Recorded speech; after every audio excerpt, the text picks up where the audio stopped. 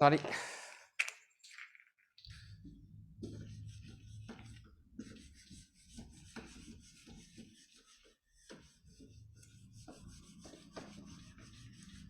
ඉතින් කොහොමද දැන් ලබන සමුද යනවද කොහේ හරි? ඈ? සමුද යනවද? මාත් මේ කෙනෙක් හොයාගන්න ඕනේ යන්න කෙනෙක්. දන්න කෙනෙක් ඉන්නවනේ කියන්න. දවස නම් ෆ්‍රී යන්න කෙනෙක් තමයි නැත්තේ. හරි. මේ මොකද්ද කියන්නේ කියපේක තමයි දුනා. හරි. මෙහෙම කතාවුත් කියන්න තියෙනවා ඔයගලන්ට. දැන් 2021 උසස් පෙළ විභාගය පටන් අරන් තියෙන්නේ. කවුද පටන් ගත්තේ? ඊයේ. හරි. පෙබරවාරි 7 වෙනිදා. හරි. දැන් ඒගොල්ලොත් හරි බොහොම කට්ට කාලා බොහොම අමාරුවෙන් විභාගේ ඔන්න ඒගොල්ලන්ට ආවා. ඒගොල්ලෝ විභාගේ ලියනවා මේ දවස්වල. හරි. තව දවස් කිහිපයක් ඇති ඒගොල්ලන්ගේ විභාගේ ලියලා ඉවරයි. ඊට පස්සේ විභාගේ ලියන්න ඉන්න සෙට් එක දැන් ඉස්කෝලේ යන සීනියර්ම සෙට් එක කවුද ඉන්නේ? ඕගොල්ලෝ තමයි. හරි. ඕගොල්ලෝ තමයි ඉස්කෝලේ ඉන්න සීනියර්ම සෙට් එක. ඉස්කෝලේ ඉන්න ලොකුම සෙට් එක මුන් දැන් මුන් ටික යනවනේ. මුන් දැන් ඉස්කෝලේ ඉන්නේ නැහැ විභාගේ ලියුණාට පස්සේ. ඕගොල්ලෝ තමයි ඉස්කෝලේ දැන් ඉන්න හොඳම සෙට් එක සහ ඒ වගේම අනිත් පැත්තෙන් විභාගෙට ලියන්න ඉන්න කට්ටිය. හරි දැන් මේක ඉවරුණා කියන්නේ ඊළඟට පේපරේ හැදෙන්නේ ඕගොල්ලන්ගේ පේපරේ. හරි. පේපර් හදන පැනල් එක ඔක්කොම එකතු වෙලා හරි අමාරු ප්‍රශ්න, ලේසි ප්‍රශ්න දන්නේ නැහැ ඕගොල්ලන්ගේ වාසනාව අනුව තියෙන නෙවෙයි. ඒ සියල්ල අනුව ප්ලෑන් වෙන්නේ ඕගොල්ලන්ගේ විභාගය සඳහා. හරි. දැන් ඒ පැත්තෙන් සියල්ල ප්ලෑන් වෙනවා. හැබැයි ඕගොල්ලෝ විභාගය සඳහා ප්ලෑන් වෙනවද නැද්ද කියන එක ඕගොල්ලන්ගේ අතේ තියෙන කාරණාවක්. හරි. තව දවස් ගත්තොත් එහෙම හරිද ඕගොල්ලන්ගේ විභාගයේ දැන් සාමාන්‍ය අගෝස්තුවේ විභාගය තියන්නේ.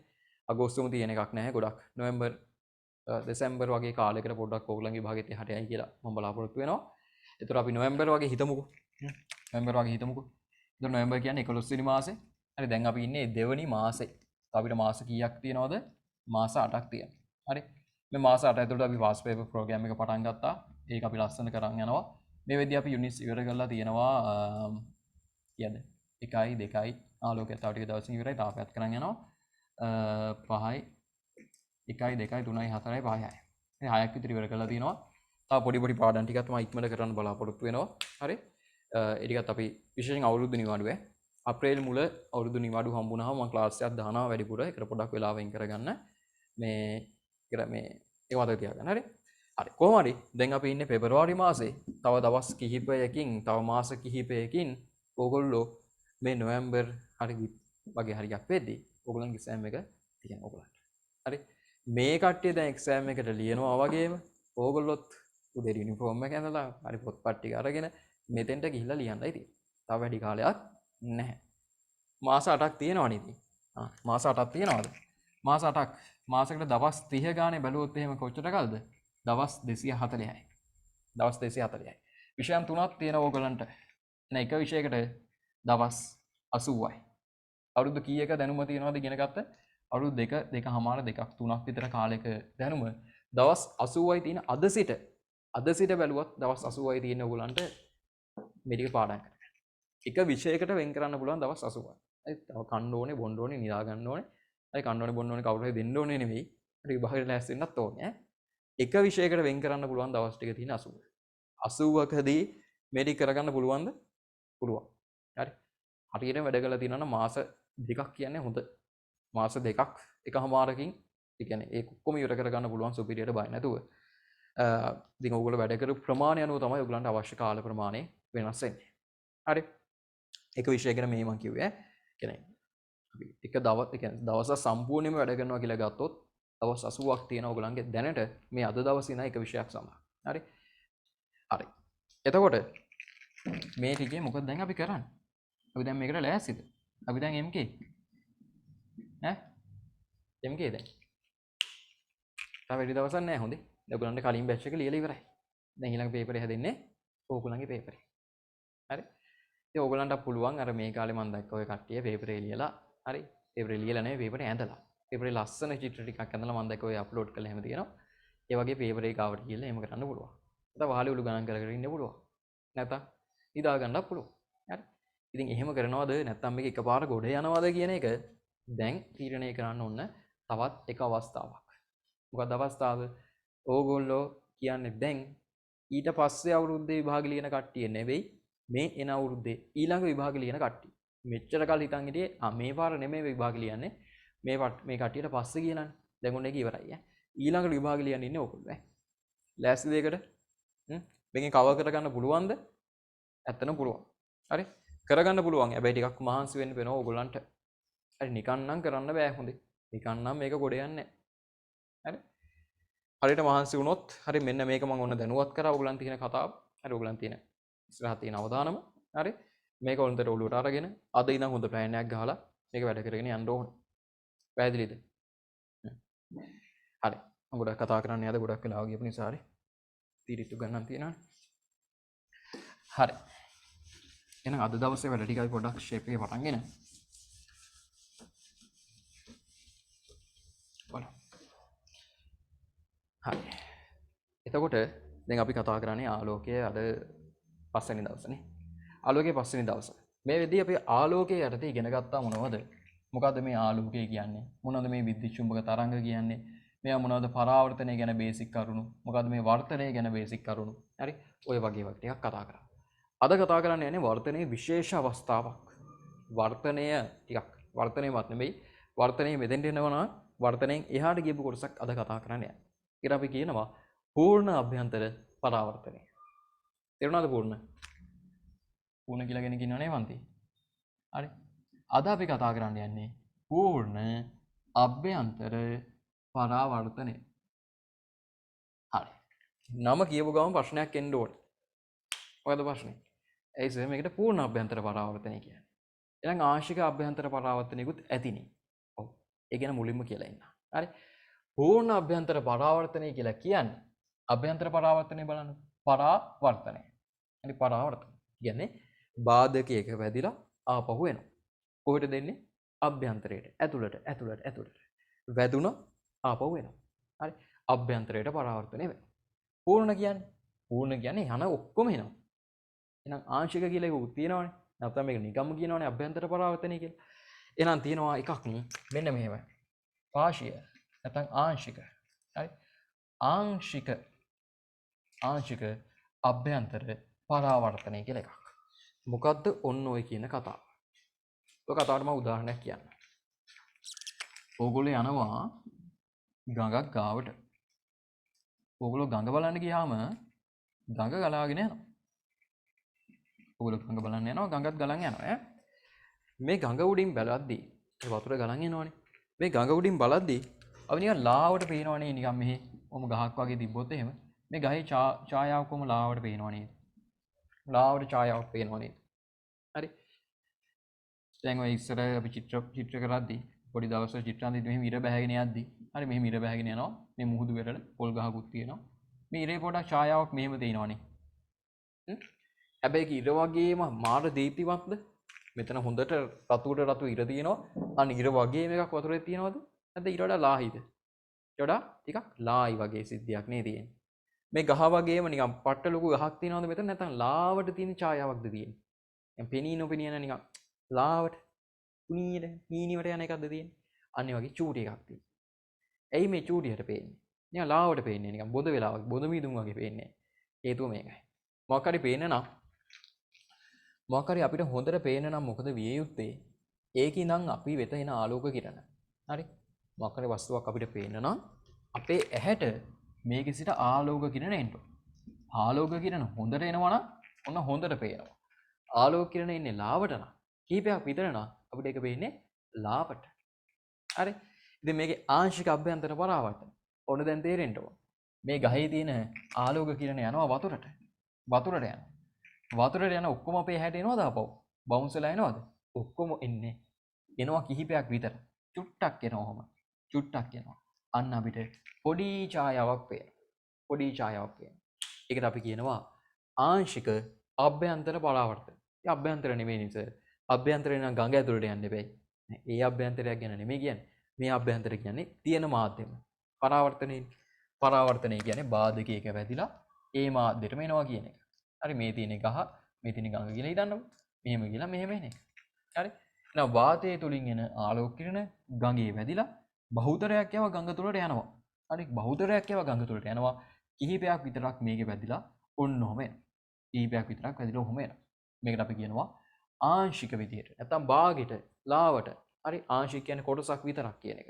ආංශික විදිහට අභ්‍යන්තරය කියන්නේ හිටපු තැනම. මෙහෙම ආපු එක ආයෙ ඒකටම වාතයටම පරාවර්තනය වෙනවා. මේක ආංශික විදිහට වෙන්න නිසා සම්පූර්ණයෙන් වෙන්නේ නැති නිසා අපිට මේක පේන්නේ ලාවට. මේක පූර්ණයෙන් කරන්න පුළුවන් සම්පූර්ණව කරන්න පුළුවන්. ඔව්. සම්පූර්ණ කරොත් මොකද වෙන්නේ? එහෙනම් ආලෝක කිරණ එකක්වත් එළියට යන්නේ නැහැ හොඳේ. සම්පූර්ණයෙන් වුණොත් එහෙම එන ආලෝක කිරණ ඔක්කොම වැදිලා ආයෙන්න ඕන. වැදිලා ආයෙ සුපිරියට එන්න ඕන. එහෙම ආවොත් එහෙම අපිට ඒක නිකන් අමුතු ලාවට තියෙන ඡායාවක් නෙමෙයි. සුපිරියට පේනවා. ඉතින් ආලෝක කිරණ ඔක්කොම එනවා. සියල්ල වැදිලා එනවා. ඒක තමයි පූර්ණ අභ්‍යන්තර පරාවර්තනය කියන්නේ. ඊට කලින් අපි ලියමු මාතෘකාව ආංශික අභ්‍යන්තර පරාවර්තන. එතකොට ආංශික පරාවර්තනය කියන්නේ අභ්‍යන්තර ආංශික පරාවර්තනය. ආංශික පරාවර්තනය.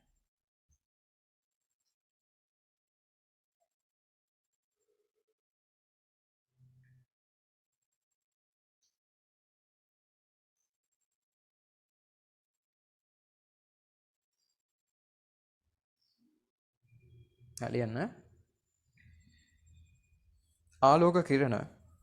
ආලෝක කිරණ යම් පුෂ්ඨයක වැදීමෙන් අනතුරුව කියලා. ආලෝක කිරණ යම් පුෂ්ඨයක වැදීමෙන් අනතුරුව. ආලෝක කිරණ යම් පුෂ්ඨයක වැදීමෙන් අනතුරුව. ආලෝක කිරණ යම් පුෂ්ඨයක වැදීමෙන් අනතුරුව. ආලෝක කිරණ යම් පුෂ්ඨයක වැදීමෙන් අනතුරුව. ආලෝක කිරණ යම් පුෂ්ඨයක වැදීමෙන් අනතුරුව. වැදීමෙන් අනතුරුව. වැදීමෙන් අනතුරුව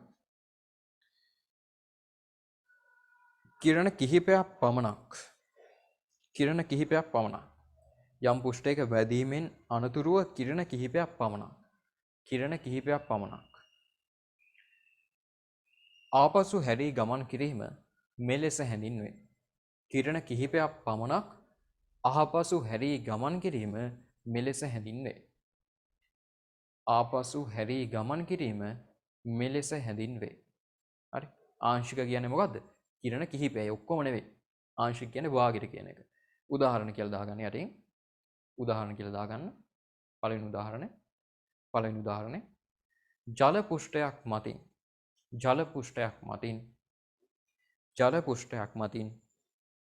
ජල පුෂ්ඨයක් මතින් අවට ඇති වස්තුන්ගේ ජල පුෂ්ඨයක්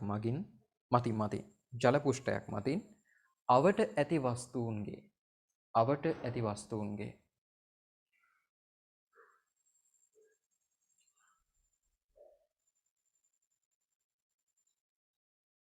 සියුම් ප්‍රතිබිම්බයක් පෙනීම.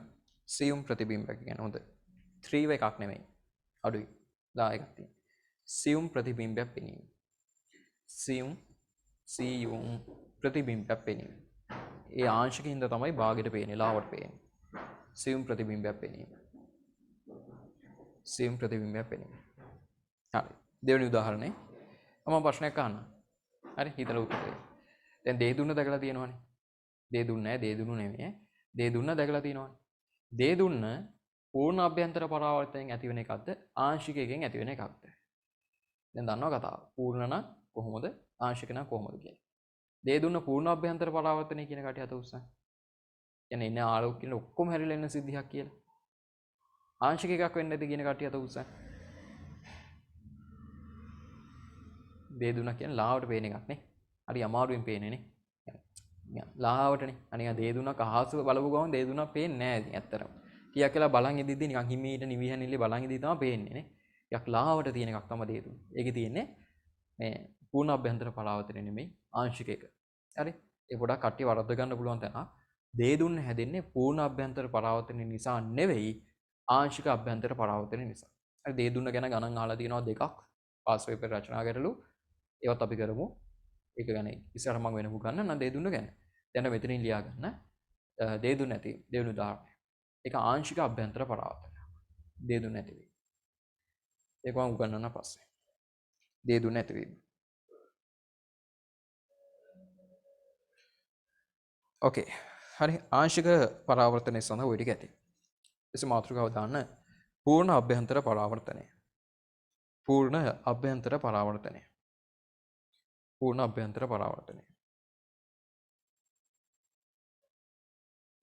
පූර්ණ අභ්‍යන්තර පරාවර්තනය. හරි. එහෙනම් පූර්ණ අභ්‍යන්තර පරාවර්තනය කියන්නේ මොකක්ද? කිරණයක් උෂ්ණයක වැදිලා මොකද වෙන්නේ? ආපහු එනවා. වාගෙට නෙමෙයි සියල්ලම. සියල්ලම. හරි. ඕක වෙන්න නම් තිබිය යුතු ලක්ෂණ කිහිපයක් වෙන්න ඕන දේවල් කිහිපයක් තියෙනවා. ඔක තව කතාවක් තියෙනවා කියලා දෙන්න. ඒක මම කියලා දෙන්නම් අපි ඉන්ටර්වල් එක අරගෙන ඇවිල්ලා. හරි. දැන් 7:45 වෙලාව එහෙනම් ඉන්ටර්වල් අරගෙන අද මුකුත් වැඩක් නැහැ ඉන්ටර්වල් එකේ කරන්න. ඒ නිසා 8 වෙදී එන්න ඕනේ. හරි. ටක් ගාලා එන්න අපි 8ට හරියට පටන් ගන්නවා. පූර්ණ අභ්‍යන්තර පරාවර්තන ලස්සන කොටසක්. ඒකේ තීරි මග අරගන්න එපා. ඒක අහගන්න වෙලාවට එන්න. හරි යන්න. හරි. එහෙනව නේද? හරි. මේ දේදුනේ දෙපැත්තේ තියෙන මොකද්ද කියලා අහලා තියෙනවා. දේදුනේ එක පැත්තක නම් මුකුත් නැහැ. එහා පැත්තේ කෙනෙකුටම ගියාට පස්සේ තියෙනවා අර මේ පොඩි ඔය කල් දෙහෙරමක මේ රන් කාසි ටිකක් දාලා පොඩි කොට අකුරු මිට්ටෙක් ඉන්නවා. ඒක තමයි දේදුනේ කෙළවර තියෙන්නේ. හරි. දේදුන දිගේ යන්න ඕනේ ඇවිදගෙන ඒක හොයාගන්න. හරි. එතන දේදුනේ කෙළවරක් කියලා එකක් ඇත්තටම නැහැ. ඒක නිකන් අර මොකද්ද මිරිගුව වගේ සිද්ධියක්. ශිතිදේ වගේ එකක්. අපි දැන් හිතන්න ශිතිදේ කියන්නේ අපිට ඈත පේන මුහුද ගාවට ගියොත් එහෙම අපේ අහසයි මුහුදයි ගෑවෙන තැනනේ. ඕකට යන්න කියලා අපි ගියොත් එහෙම ඉස්සරහට මොකද වෙන්නේ? තව ටිකක් එහාට යනවනේ. ඔය වගේ නිකන් අර කෙළවරක් කියලා දෙයක් නැහැ ඉතින්. හරි. ඒ කියන්නේ ආලෝක කිරණ කියන්නේ ඉර තියෙන පැත්ත අපි ඉන්න තැන ආලෝක කිරණ එන පැත්ත හරි ඕව අනුව සමහර විට ඉවර වෙන්නත් පුළුවන් නැත්නම් කෙලවරක් නැතුව ටිකක් දුර යනකම් පේන්නත් පුළුවන්. අපිට පේන පලාසේ මේ පේන්නත් පුළුවන්. හරිනේ අර ඇත්තටම කෙලවරක් අර පොළොව මට්ටමට එනවා කියලා දෙයක් නැහැ. හරි මේක ඇත්තටම දෘෂ්ටි මායාවක් තියෙන්නේ. එන මේ ඉර එළිය ටික හරවල එවන එකක් තියෙන්නේ. හරි. මෙහෙම ඉර එළිය ටිකක් හරි වතුර බින්දුවක් ඇතුලේ කැරකිලා අපව වෙන එකක් තියෙන්නේ කැරකිලා. ඉතින් මේක ඇත්තටම තියෙන දෙයක් නෙමෙයි. ඒ නිසා මේකට කෙලවරක් කියලා දෙයක් කියන්නත් බෑ අපිට. හරි. ඒ අර තියෙන දිශා නැති අර හෝමියෝටික් අනුව ඒකට කිසියම් කලාපයකට අයිට විතරයි පේන්නේ. එතනින් එහාට කටියට පේන්නේ නැති වෙන්න පුළුවන් ඒ දිශාව අනුව. හරි ඒකේ තියෙනවා විදි කිහිපයක්. හරි අපි ඉස්සරහ දේදුන ගැන කතා කරද්දී තව පොඩ්ඩක් ඉගෙන ගමු. කොයි පැතිවලට කොහොමද වෙන්නේ කියලා. හරි. එතකොට අපි දැන් කතා කරන්න යන්නේ පූර්ණ අභ්‍යන්තර පරාවර්තනය. හරි දැන් ආංශික පරාවර්තනයක් නෙවෙයි මේක. පූර්ණ කතාවක් කතා කරන්නේ. මෙහෙමයි සිද්ධි. මේක දැනගත යුතු කාරණා දෙකක් තියෙනවා. හරි. කාරණා දෙකක් තියෙනවා මේක දැනගත යුතු. ඒ කාරණා දෙක මම මේ කතාව උගන්වද්දී ඔයගලන්ට තේරෙයි මේ පූර්ණ අභ්‍යන්තර පරාවර්තනය වෙන්න නම් තිබිය යුතු අවශ්‍යතා දෙක මොනවද කියන එක. හරි මේ දෙක පට්ටම වැදගත්. විභාගෙදී මේ ගැන අහුවොත් මෙන්න මේක අහනවා. පූර්ණ අභ්‍යන්තර පරාවර්තනය වෙන්න තිබිය යුතු අවශ්‍යතා දෙක ලියන්න කියලා අහනවා. හරි මාරම් වැදගත්. මම මේ කියන කතාව ඇතුළත මෙන්න මේ කාරණා දෙක පොඩ්ඩක් හිතා ගන්න මොනවද වෙනවා ඇත්තේ කියලා. හරි. මුලින්ම අපිට අවශ්‍යයි මාධ්‍ය දෙකක්. මේක වර්තනය වගේ එකක්. නිසා මාධ්‍ය දෙකක් අවශ්‍යයි. හරි. මේ මාධ්‍ය දෙක එකක් විරල මාධ්‍ය, එකක් ගහන මාධ්‍ය. ගහනතර මාධ්‍ය. ගහනතර මාධ්‍ය කියන්නේ සාපේක්ෂ වේගය අඩු මාධ්‍ය. සාපේක්ෂ වේගය අඩු මාධ්‍ය. පැහැදිලිද? මේක අපි ආලෝක කිරණ අඳින්න ඕනේ. ඇඳිය යුත්තේ දිශාවක් තියෙනවා. ආලෝක කිරණ ඇඳිය යුත්තේ විරල එකේ ඉඳන් ගහන එකට එන්න නෙවෙයි ගහන එකේ ඉඳන් විරල එකට යන්න. මේ තියෙන අභිලම්බය. හරි? අභිලම්බය. එහෙනම් ගහන මාධ්‍යයෙන් ඉඳන් ආලෝක කිරණයක් මම අදිනවා. ඔන්න ඔහම ගිහිල්ලා හරි මෙහෙම කෙලින් යන්න හදන කෙනා දැන් පොඩ්ඩක් කොහොම හැරිලා විරල මාධ්‍යයට. එහෙනම් ආලෝක කිරණ යන්න ඕනේ කොහින්නම් කොහෙටද? ගහන මාධ්‍යයෙන් ඉඳන් විරල මාධ්‍යයට. ගහන මාධ්‍යයෙන් ඉඳන් විරල මාධ්‍ය. දැන් මේ එන ආලෝක කිරණය මොකද උනේ? මෙහෙම ගියා පැදුනා මෙහෙම ගියා. මේ අපි ඉගෙන ගත්ත වර්තනය. හැබැයි දැන් මොහොතකට කලින් ඉගෙන ගත්තා මේ වර්තනය 100%ක් වෙන්නේ නැහැ. 100%ක් මෙහෙම වෙන්නේ නැහැ. මොකක්ද වෙන්නේ තා පොඩ්ඩක්. මේකෙන් කොටසක් මොකක් වෙනවද? කොටසක් නමයි මෙතන වැටිලා ඔන්න ඔහොම එනවා. ඔන්න ඔහොම එනවා. මේකට අපි කියනවා මොකක් කියලාද?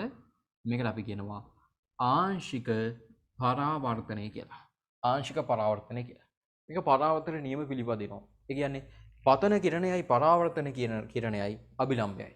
පතන කිරණයේ පරාවර්තන කිරණයේ අභිලම්බය. තුනම ඉන්නේ එකම තලයේ. රොටියකට ගන්න පුළුවන්. මේ තුනම දාලා එක රොටියක් හදන්න පුළුවන්. එකම තලයේ ඉන්නේ පතනය පරාවර්තනය සහ අභිලම්බය කියන තුන.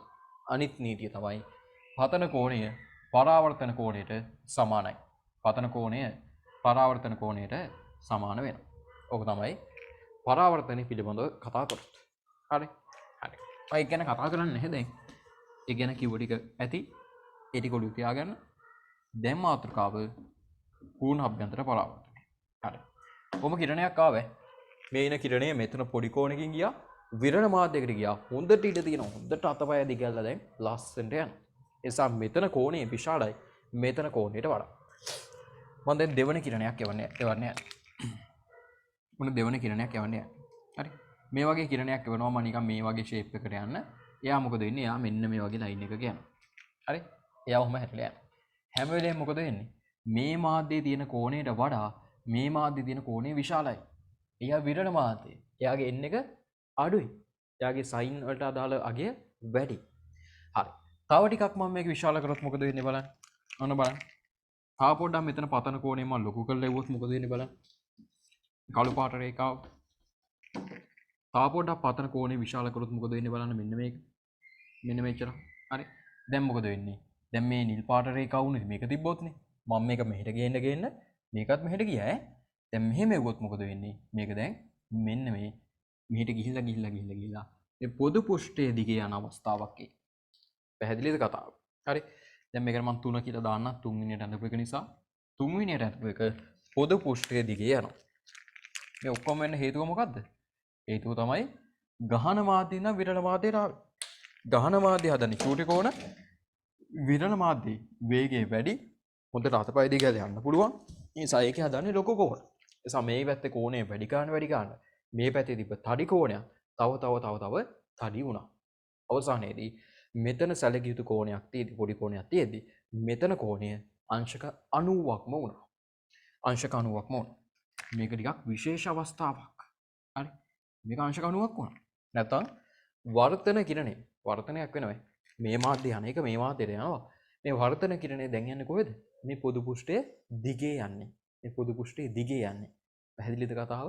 මෙහෙන් එන කිරණය පොදු පෘෂ්ඨයේ දිගේ දැන් යනවා. හරි. ඔතනිනුත් එහාට ගියොත් මොකක් වෙයිද? අන්න ඒක තමයි මාතෘකාව. මෙතනිනුත් එහාට ගියොත් තවත් ටිකක් මෙහායින් එවුවොත් දැන් මොකද වෙන්නේ? ඈ මෙතනින් එන එක නම් මෙහෙම ගියා, මෙහෙම එන එක නම් මෙහෙම ගියා, මෙහෙම එන එක නම් මෙහෙම ගියා. දැන් තව ටිකක් එහාට ගියා. දැන් මොකද වෙන්න ඕනේ? දැන් වර්ධනය වෙනවා මෙහෙම ගිහිල්ලා. දැන් මේකටත් වඩා මෙහෙට එන්න එපා නම. හරි මෙහෙම ගිහිල්ලා මේ මාධ්‍යට වර්ධනය වෙනවා. හැබැයි ඒක පොතර අනුව ලස්සන කතාවක් නෙමෙයි එහෙම කිව්වොත්. ඇයි? මේ මාධ්‍ය කියපු එක මේ මාධ්‍ය නම් වර්ධනය වෙන්න පුළුවන් බෑ. වර්ධනය වෙන්න නම් මාධ්‍ය වෙනසක් තියෙන්න ඕනේ. වේගය වෙනසක් තියෙන්න ඕනේ. දැන් මෙතන කියපු එක මෙතෙන්ට වෙනවා නම් අන්න බලන්න මොකක් වගේද? මෙහෙම ගිහිල්ලා මේ බාධකේ වැදිලා මෙහෙම එනවා. දැන් මේක පරාවර්තනයක් වගේ. දැන් සීළු කිරණ මෙහෙම වෙනවද? ඔව් 100%ක් වෙනවා. මේ මොහොත වෙනකම් මේ හැම එකෙම චුට්ට හරි දශම ගණන් මේ මාධ්‍යයට ආවා. ඒක ආංශික පරාවර්තනය. දැන් එහෙම නෙවෙයි. දැන් එක කිරණ දශමයකටවත් එළියට යන්න බෑ. බෑ කිව්වොත් බෑම තමයි යන්නේ නැහැ දැන් ඈ. දැන් මෙතනින් එන ටික මෙතන වැදිලා සියල්ලක්ම නැවත ඒ මාධ්‍යට එනවා. සියල්ලම පරාවර්තනය වෙනවා. සියල්ලම නැවත අභ්‍යන්තරයට එනවා. ඔක්කොම එකතු කරලා ලස්සන නම කියන්නේ පූර්ණ අභ්‍යන්තර පරාවර්තනය. පූර්ණ අභ්‍යන්තර පරාවර්තනය. මේක මොනවද පිළිපදිනවද? පරාවර්තනයක් නිසා පරාවර්තන නියම පිළිපදිනවා. එහෙනම් මෙතන කෝණය මෙතන කෝණයට සමානයි. මේ හීනි කෝණය මේ හීනි කෝණයට සමානයි. ඉතින් මෙන්න මේ හතරවෙනි රේඛාව තමයි පූර්ණ අභ්‍යන්තර පරාවර්තනය සිද්ධ කරන රේඛාව වෙන්නේ. පූර්ණ අභ්‍යන්තර පරාවර්තනය කරන රේඛාව වෙන්නේ. හරි. දැන් පූර්ණ අභ්‍යන්තර පරාවර්තනයක් වෙනවා. පූර්ණ අභ්‍යන්තර පරාවර්තනය වෙනකම් හරි ඊට කලින් අවස්ථාවලදී වර්ධනය වෙනවා. හරි මුලින් වර්ධනය වෙනවා. එක්තරා අවස්ථාවක් තියෙනවා.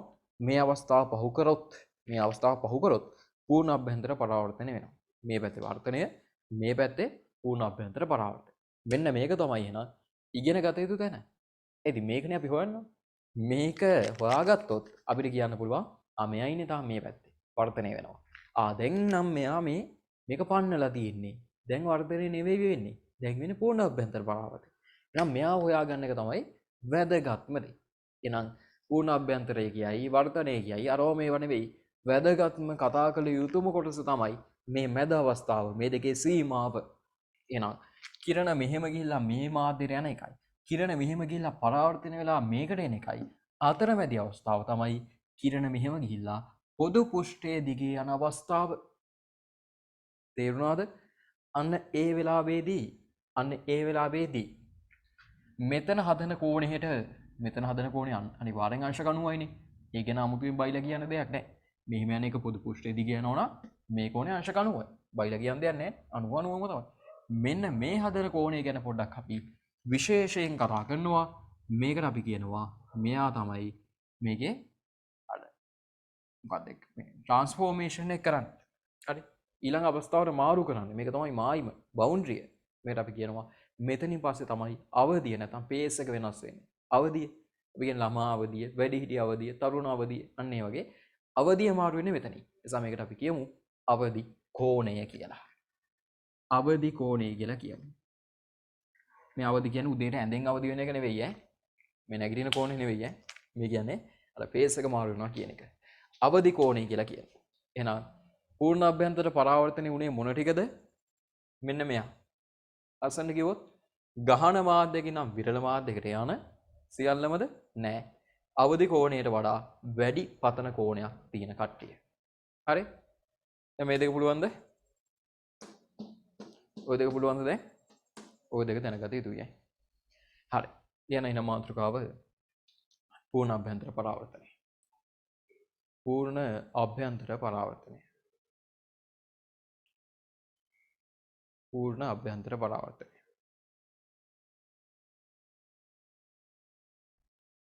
පූර්ණ අභ්‍යන්තර පරාවර්තනය. හරි. ඒකට ලියන්න. ගහන මාධ්‍යක සිට විරල මාධ්‍යකට.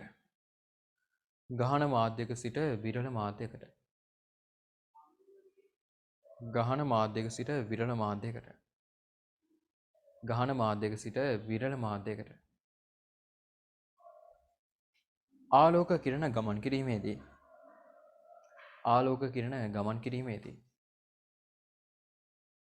ආලෝක කිරණ ගමන් කිරීමේදී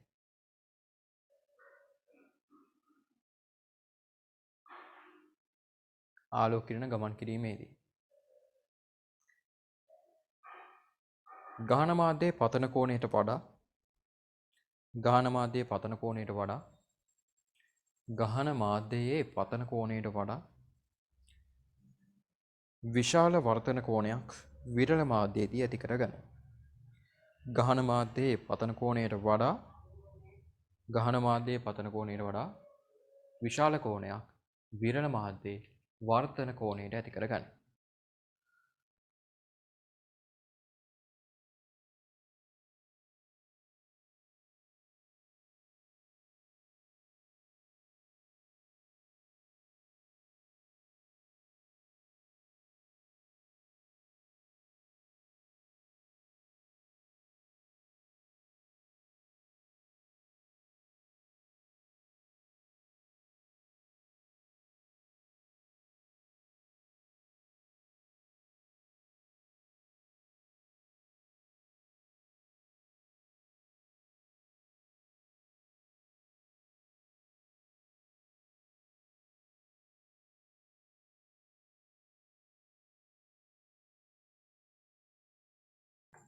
හරි ලියන්න. පතන කෝණය ක්‍රමයෙන් වැඩි කරන විට පතන කෝණය ක්‍රමයෙන් වැඩි කරන විට පතන කෝණය ක්‍රමයෙන් වැඩි කරන විට වර්තන කෝණයද ක්‍රමයෙන් වැඩි වී වර්තන කෝණයද ක්‍රමයෙන් වැඩි වී වර්තන කෝණයද ක්‍රමයෙන් වැඩි එක්තරා අවස්ථාවකදී එක්තරා අවස්ථාවකදී එක්තරා අවස්ථාවකදී එක්තරා අවස්ථාවකදී එක්තරා අවස්ථාවකදී වර්තන කෝණයේ අංශක 90ක් වන වර්තන කෝණය කියන්නේ R එක වර්තන කෝණයේ අංශක 90ක් වන වර්තන කෝණයේ අංශක 90ක් වන එනම් වර්තන කිරණය පොදු පෘෂ්ඨය හරහා ගමන් කරන වර්තන කිරණය එනම් වර්තන කිරණය පොදු පෘෂ්ඨය හරහා ගමන් කරන එනම් වර්තන කිරණය පොදු පෘෂ්ඨය හරහා ගමන් කරන අවස්ථාවකට ලැබේ. අවස්ථාවකට ලැබේ. අවස්ථාවකට ලැබේ. මේ අවස්ථාවේදී පතන කෝණය අවදි කෝණය ලෙස හැඳින්වේ. මේ අවස්ථාවේදී පතන කෝණය අවදි කෝණය ලෙස හැඳින්වේ. අවදි කෝණය ලෙස හැඳින්වේ.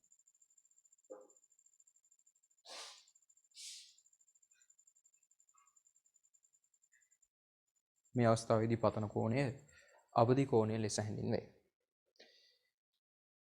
හරි. වෙනම ලියන්න රූලක් කරලා. රූලක් කරලා ලියන්න.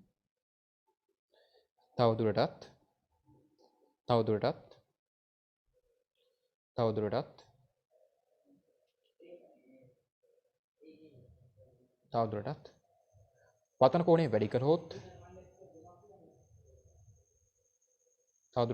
කෝණය වැඩි කරහොත්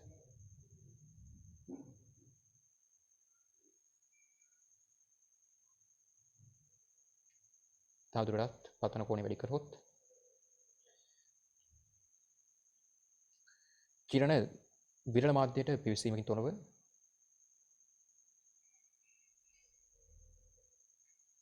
තවදුරටත් පතන කෝණය වැඩි කරහොත් කිරණ දෙවන මාධ්‍යයට පිවිසීමකින් තොරව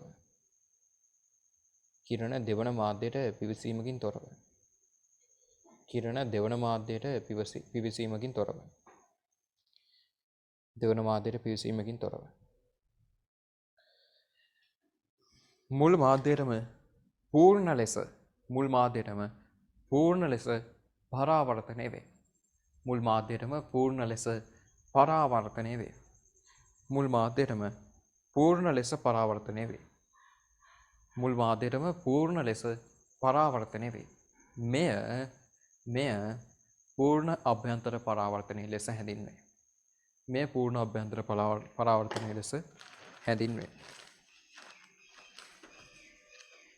පූර්ණ අභ්‍යන්තර පරාවර්තනය ලෙස හැඳින්වේ.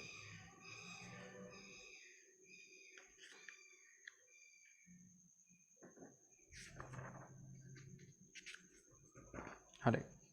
ඔය බෝඩ් එකේ දාලා තියෙන රූපේ අඳින්න ඉඩ තියන්න.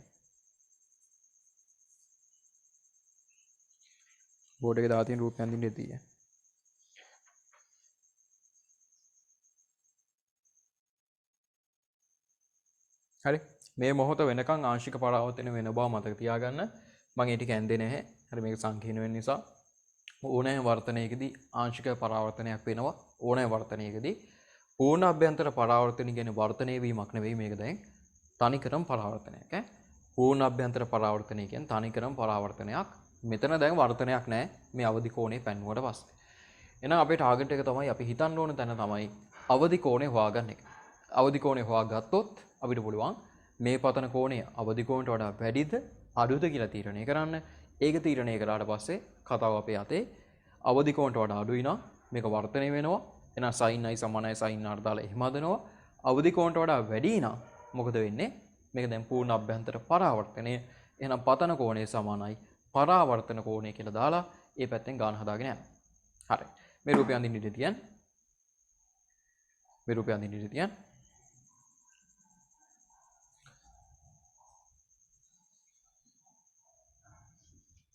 හරි. ඊට පස්සේ දාන්න තරුවක් පොයින්ට් එක.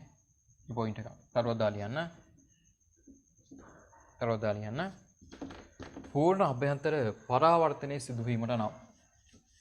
පූර්ණ අභ්‍යන්තර පරාවර්තනයේ සිදුවීමට නම්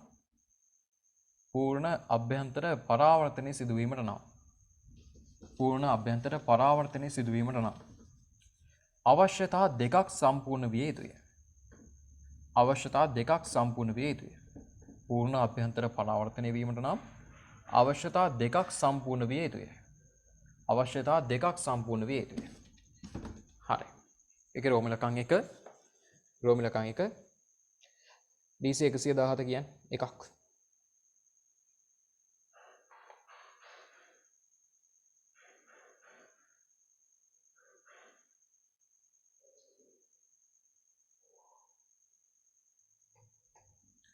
පූර්ණ අභ්‍යන්තර පරාවර්තන වීම සඳහා තිබිය යුතු අවශ්‍යතා දෙකකින් වෙන්න ඕනේ දේවල් දෙකක් කිව්වනේ අපි. ඒ දෙකෙන් එකක් කියන්නේ DC 117.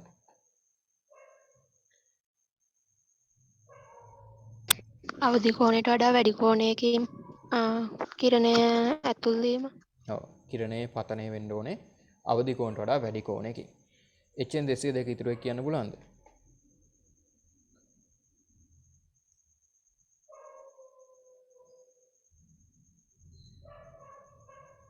AG 210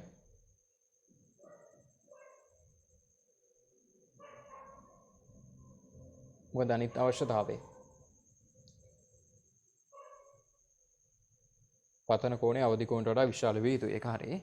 ඊටු එක මම මේ ගාන කියලා දෙන්න පටන් ගත්තේ කොහොමද? මේකේ මාධ්‍ය දෙකක් තියෙනවා. මම කිරණ අඳින්න පටන් ගන්නෙ ගහන මාධ්‍යයේ ඉඳන්. හරි? ඒකට හේතුව තමයි ළමයි විරල මාධ්‍යයේ ඕනෑම කිරණයක් ගහන මාධ්‍යයට යනවා. හරි? විරල මාධ්‍යයේ තියෙන ඕනෑම කිරණයක් ගහන මාධ්‍යයට යනවාමයි. ඇයි ඒ? ඉතින් බලන්න මේ තියෙන මේකේ තියෙන ෆ්‍රීඩම් එක නැත්නම් නිදහස. හරි? මෙහෙම පටන් ගන්න රේඛාව ඔහොම මෙතෙන්ට එනකන් ඒ ටික මොකද වෙන්නේ? මේ කලාපේ මෙහෙම මේ කලාපේ විචලනය වෙනවා. හරි? ආලෝක කිරණ වල තියෙනවා ප්‍රත්‍යාවර්ත මූල ධර්ම කියලා. ඒ කියන්නේ ගියපු පාරෙම ආපහු එන්නත් පුළුවන්. කිසියම් පැත්තකට යනවනම් ඒ පාරෙම එනවා කියලා හිතන්නත් පුළුවන්.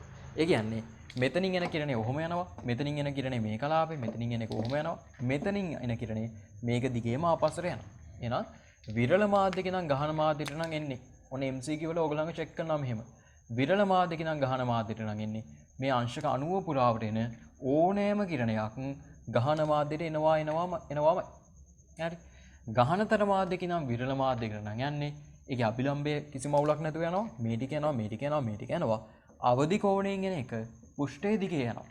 පැහැදිලිද? විරල මාධ්‍යයේ සියලුම ඒවාට ඉඩ තියෙනවා. විරල මාධ්‍යයේ සියලුම මේ කලාපේ සම්පූර්ණයෙන් පිරෙනවා. හැබැයි මෙන්න මේ කෝණය මෙන්න මේ සෙට් එක ගත්තාම අවදි කෝණය පහු කරාම තියෙන මෙන්න මේ ටික පූර්ණ අභ්‍යන්තර පරාවර්තනය වෙනවා. හරි? පැහැදිලිද? එහෙනම් දෙවනි අවශ්‍යතාවය තමයි එකක් ආලෝක කිරණ ඒ වගේ පතන කෝණය අවදි කෝණයට වඩා වැඩි වෙලා තියෙන්න ඕනේ. දෙවනි එක මේක විරල මාධ්‍යක නම් ගහන මාධ්‍යකට ඇවිල්ලා හරියන්නේ නැහැ. හැම වෙලේම අවදි කෝණේ තියෙන්නේ ගහන මාධ්‍යයත් තුළ. විරල මාධ්‍යයේ අවදි කෝණයක් හැදෙන්නේ නැහැ හොඳේ. එයාගේ අංශක 90 හැදෙන්නේ. හරි. එහෙනම් කිරණ හැම වෙලේම ගහන මාධ්‍යක නම් විරල මාධ්‍යයකට යා යුතුයි. හරි? ඔන්න අවශ්‍යතා දෙක. හරි? හරි ලියා ගන්න 1 2යි. පළවෙනි එක කිරණ ගහන මාධ්‍යක සිට විරල මාධ්‍යකට ගමන් කළ යුතුය. කිරණ ගහන මාධ්‍යක සිට නැත්නම් ගහනතර මාධ්‍යක සිට විරල මාධ්‍යකට ගමන් කළ යුතුය. දිශාව. එකක් දිශාව ගැන කියනවා අනික කෝණය ගැන කියනවා. ගහනතර මාධ්‍යක සිට විරල මාධ්‍යකට ගමන් කළ යුතුය. දෙවනි එක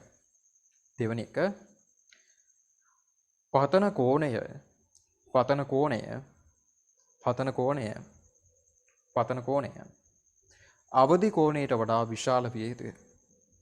පතන කෝණය අවදි කෝණයට වඩා විශාල විය යුතුය.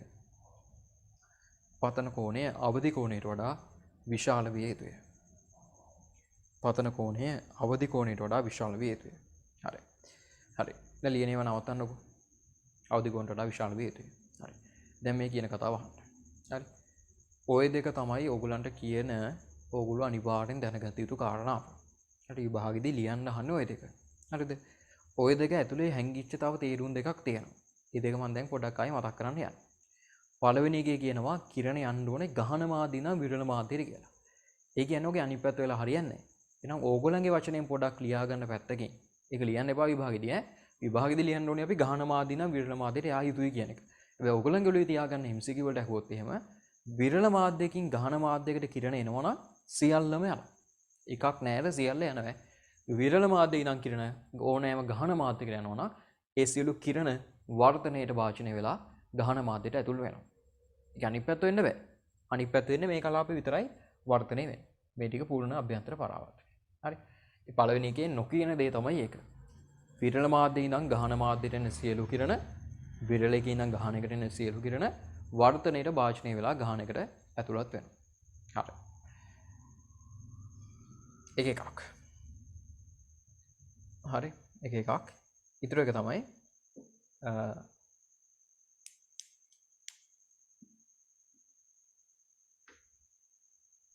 හරි අනිත් කාරණාව තමයි දැන් මේ මෙතනින් එහාට පරාවර්තනය වෙන්නේ. අවදි කෝණේ පැන්නුවට පස්සේ පරාවර්තනය වෙන්නේ. හරි. පරාවර්තනයට ගත්තට පස්සේ එතන හරි. ඒක නිකන් ඔයගොල්ලන්ගේ වචනෙන් දාගන්න. පරාවර්තනයේ කොටසට ආවට පස්සේ ඒක දැන් තවදුරටත් වර්තනයක් නෙවෙයි. එළියට යන්නේ නැහැ. ඒකට අපි දාන්න ඕනේ පරාවර්තන නියම. මේ කෝණ දෙපැත්තේ සමාන වෙන එක. ඒක තමයි අපි සලකන්න අවශ්‍ය වෙන්නේ. හරි. මේ කොටස වර්තනයේ මේ කොටස තමයි පරාවර්තනය. වර්තනයේ පරාවර්තනය. හරි. ඒ වගේ මෙන්න මේ කෝණය අවදි කෝණය අපි අඳින්න ඕනේ ඇදෙන්නේ හැම වෙලේම මොකක් තුලද? ගහන මාධ්‍ය තුල විතරයි. අවදි කෝණේ කිසිමුදු වෙලාවක විරල මාධ්‍ය ඇදෙන්නේ නැහැ. මේක ඇදෙන්නේ ගහන මාධ්‍ය ඇතුලේ විතරමයි. හරි ඔය කාරණා ටික ඔලුවට ගන්න. හරි. ඔය බේසික් කාරණා ඔලුවට දාගත්තාම විභාගෙදි වර්ධින්න ගියත් ආයේ ගැටලුව නිවැරදි කරගන්න පුළුවන්. හරි. මේ දෙක පාඩම් කරගන්න ඔය මම දුන්නේ ඒවත් පොඩක් ඔලුවේ තියාගන්න කාරණාව MCQ සඳහා. හරි. අපි පොඩක් ගෲපයක් අඳිමු ආයේ මෙන්න මේ අවදි කෝණයේ අවස්ථාව අඳින්නකෝ.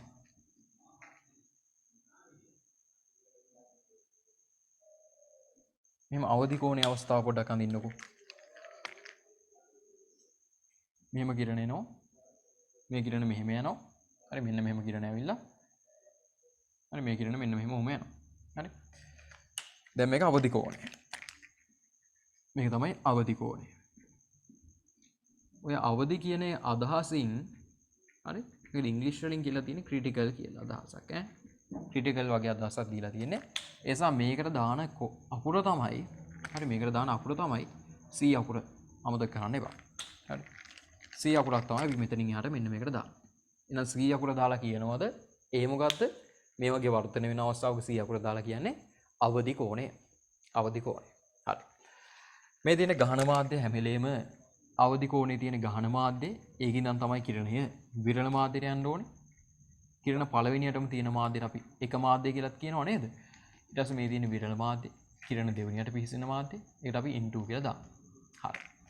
දැන් මේ කෝණ සලකලා හරි මේ තියෙන කෝණ අරමේව සලකලා මේ රූපය ඇඳගෙන මෙන්න මෙතනින් පටන් ගන්න. හරි. දැන් දන්නවනේ මේකට අර දාන කතාව sin i n1 සමානයි sin r n2 එක. හරි. දන්නවනේ ඒක දාන්න. ඒක දාලා sin c සඳහා ප්‍රකාශනයක් හදන්න. පටන් ගන්න. sin c සඳහා ප්‍රකාශනයක් හදන්න. sin i n1 සමානයි sin r n2 දාලා. හරි. මේවට ගැලපෙන්න ආදේශ කරලා n1 n2 තියෙනවා. කෝණ දෙක තියෙනවා. sin c සඳහා ප්‍රකාශනයක් හදන්න.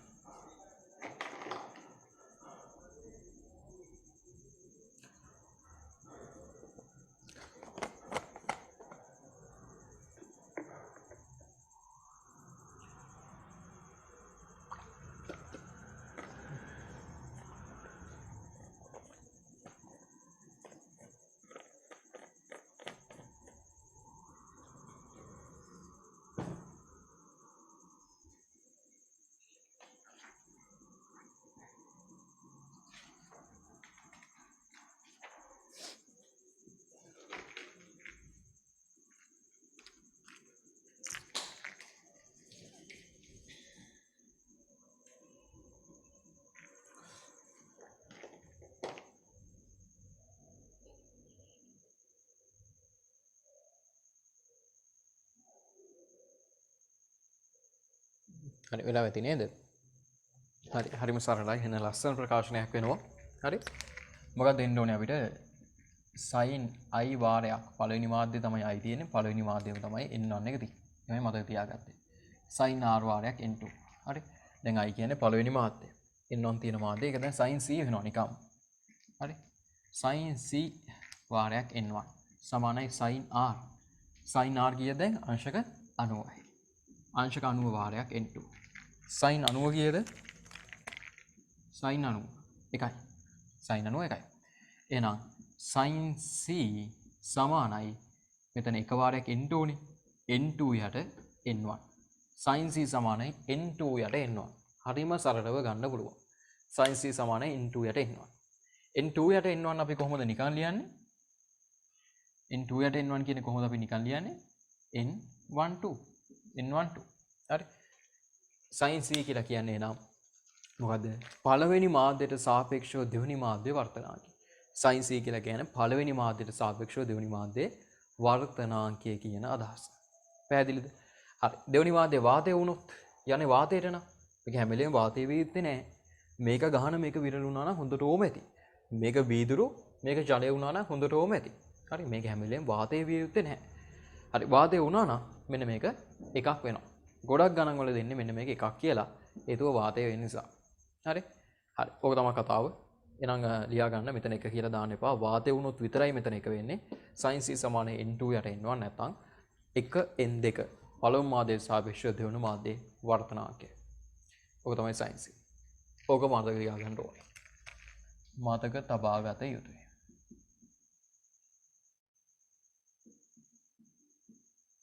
කොටු කරගන්න. සයින්ස් සමාන ඉන්ටු යට එනවා. හරි එහෙනම් සින්සින් ගාලා ගණන් දෙක තුනක් හදන්න. ඔය දාගන්න.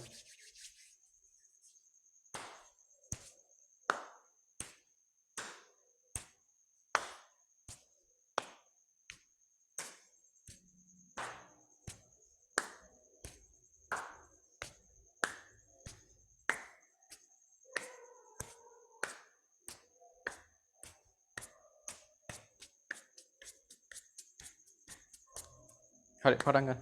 ලියන ගානක් කියන්න. වර්තනාංකයේ 4 බෙදීම 3ක් වන ජලයේ වර්තනාංකයේ 4 බෙදීම 3ක් වන ජලයේ වර්තනාංකයේ 4 බෙදීම 3ක් වන ජලයේ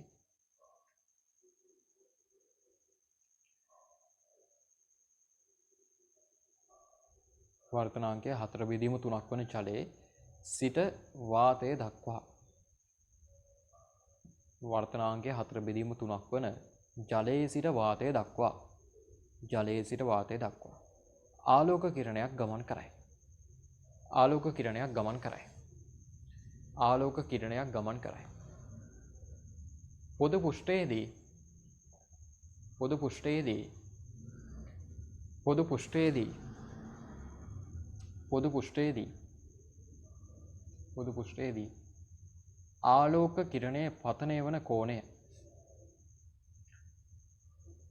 පොද පෘෂ්ඨයේදී ආලෝක කිරණයේ පතනය වන කෝණය පොදු පෘෂ්ඨයේදී ආලෝක කිරණය පතනය වන කෝණය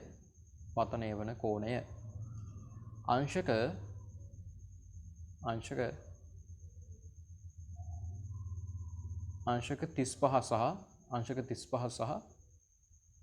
35 සහ අංශක 70 වන විටදී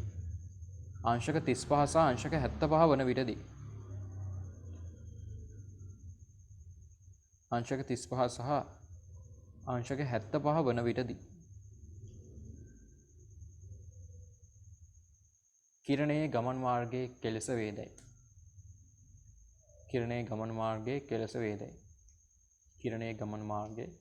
කෙලෙස වේදයි. පැහැදිලි කරන්න.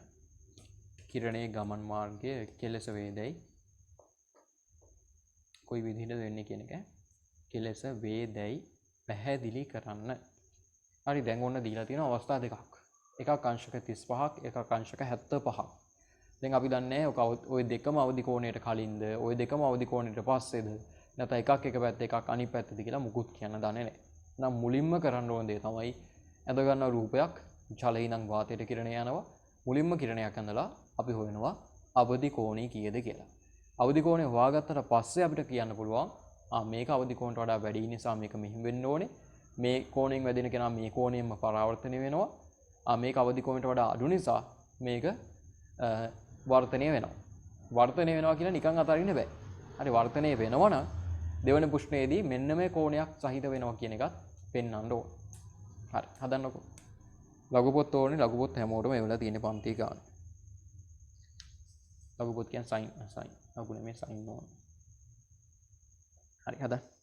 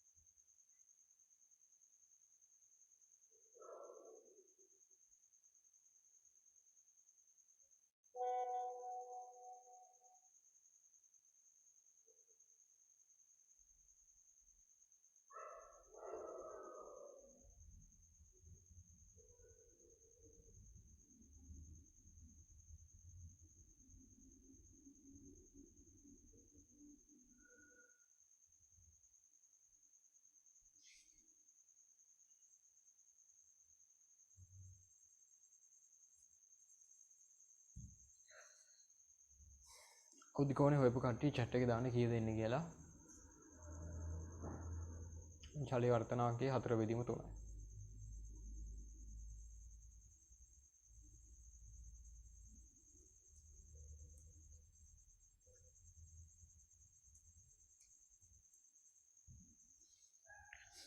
කිරණ හැම වෙලේම යන්න ඕනේ ගහන මාධ්‍ය නම් විරල මාධ්‍යට කියලා මතක තියාගන්න ඕනේ.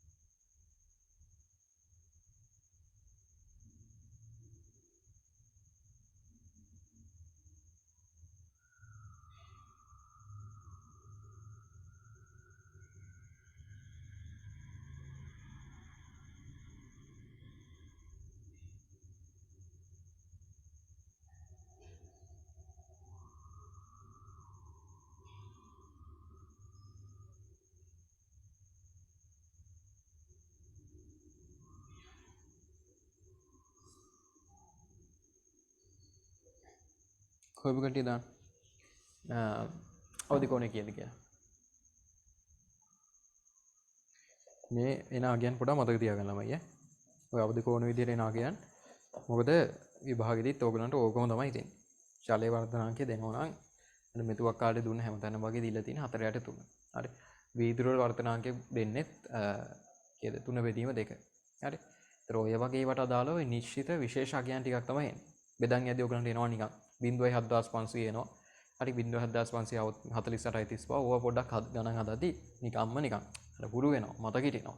ත්‍රිභාගෙදී ඔක ආවට පස්සේ ටිකක් දන්න පාරේ යන්නේ. ඔය වගේ උත්තරයක් ආවට පස්සේ තේරෙනවා. හරි. දැන් හිතන්න මා කරේ කෝණයක් දීලා මේක වර්ධනය වෙනවද නැද්ද කියලා අහනවා කියලා. ඒගොල්ලෝ 48.35 කියලා මතක නා. නිකම් මෙතනින් ගන්නත් පුළුවන් නේ. අද දින්න අවශ්‍ය නැහැ. හරි ඔය ගැන පොඩ්ඩක් මතක තියාගන්න විශේෂයෙන් වීදුරු වල අවදි කෝණයයි ජලයේ අවදි කෝණයයි. වීදුරු වලටත් එනවා ලස්සන අගයක්. 60 ගාණක් වගේ එනවා. 68යි 66ද මන්ද බලමු අපි ඒක.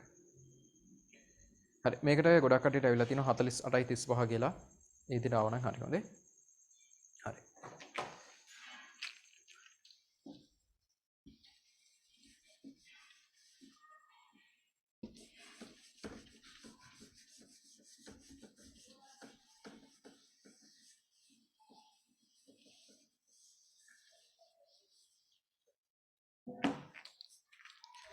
හරි බලන්නකෝ. එහෙනම් මුලින්ම අපි අවදි කෝණය හොයාගන්න ඕනේ. මේ සමීකරණයේ සම්මත සමීකරණයක් ඔයගොල්ලෝ මෙතනින් පටන් ගන්න පුළුවන්. sin c සමානයි and sin c සමානයි දැන් වාතයේ n2 මාධ්‍ය. n2 යට n1 n2 එකයි ඉතින්. ඒක sin c සමානයි 1 යට n1 n1 කියන්නේ ජලයේ 4 යට 3යි. ඉතින් 4 යටින් දැම්මම පස්සේ 3 උඩට එනවා. එහෙනම් sin c සමානයි 0.75යි. එතකොට sin ගන්න නම් ඔක්කොම 4ක් හැබැයි 7500 කර ගන්නවා. c සමානයි sin inverse 0.7500. මතක තියාගන්න 7500 આવොත් ඕගලන්ට සුළු කරද්දී කීයද එන්නේ කියලා. දැන් ඔයගොල්ලෝ හැදුවානේ. අංශක 48යි කලා 35යි. හරි. මේ මාව නම් හරි. හරි. ඔන්න එහෙනම් ඊළඟට තියෙනවා අපේ ප්‍රශ්නේ. අංශක 35කින් එන කෙනාට මොකද වෙන්නේ? හරි. ඊට පස්සේ අංශක 75කින් යන කෙනාට මොකද වෙන්නේ? හරි. අංශක 35කින් එන කෙනාට මොකද වෙන්නේ? හදන්න වෙනවා අනිවාර්යෙන්. මොකද අවදි කෝණයට වඩා අඩුයි. හරි. එහෙනම් මේ පළවෙනි කෝණේ I1 කියලා මම කියන්නම්. I1 කුඩයි අවදි කෝණය නිසා. හරි. I1 කුඩයි අවදි කෝණය නිසා. මොකක් වෙනවද? පූර්ණ අභ්‍යන්තර පරාවර්තනය නෙවෙයි වර්තනයේ සිදුවේ. හරි. වර්තනයේ සිදුවේ. I1 කුඩයි C නිසා වර්තනයේ සිදුවේ. එහෙනම් අපි වර්තන කෝණය හොයන්න ඕන. එහෙනම් අපි කිරණයක් අඳිනවා. හරි මෙන්න මෙහෙම කිරණයක් එනවා. මේ දින I1 කියන කෝණේ මේක මෙතනින් ඔහම මේ පාරෙම නෙවෙයි පොඩක් කොහොම යනවා. ඔන්න R. I1 සහ R තියෙනවා. එහෙනම් අපි ලියනවා sin I වාරයක් n1 සමානයි sin R වාරයක් n2. sin i කිය දැන් sin 35ට දාලා අගය. n1 කියන්නේ 4 යට 3යි. sin r කියන්නේ එළියේ තියෙන කෝණය. ඒක තමයි හොයන්න ඕනේ. n2 කියන්නේ 1යි. ඔය විදිහට හරි sin 35 කීයද කියන්නේ කවුරු හරි? sin 35 අදපු කෙනෙක් ටක් ගාලා කියන්නේ.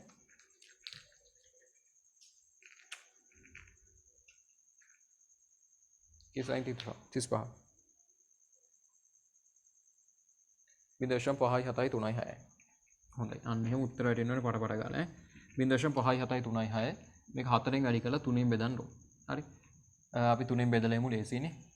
3ෙන් බෙදාදී අපිට හම්බ වෙනවා 5ට 3 ඒවා 1යි 2ක් ගියාට පස්සේ 24ට 9යි 36ට 12යි. හරි මේක 4ෙන් වැඩි කරාට පස්සේ 48යි 19 4ක් කියන්නේ 20 4ක් 40යි. එකකින් 4ක් අඩු කරාම 36යිනේ. 0.3යි 6යි 4යි 8යි. ඕක තමයි sin r වෙන්නේ. එහෙනම් r සමානයි. r සමානයි. sin inverse 0.3යි 6යි 4යි 8යි. මේ කීයද බලන්න?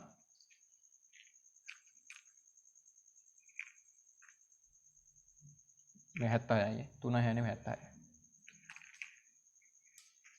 0.76යි 48 sin inverse 0.76යි 48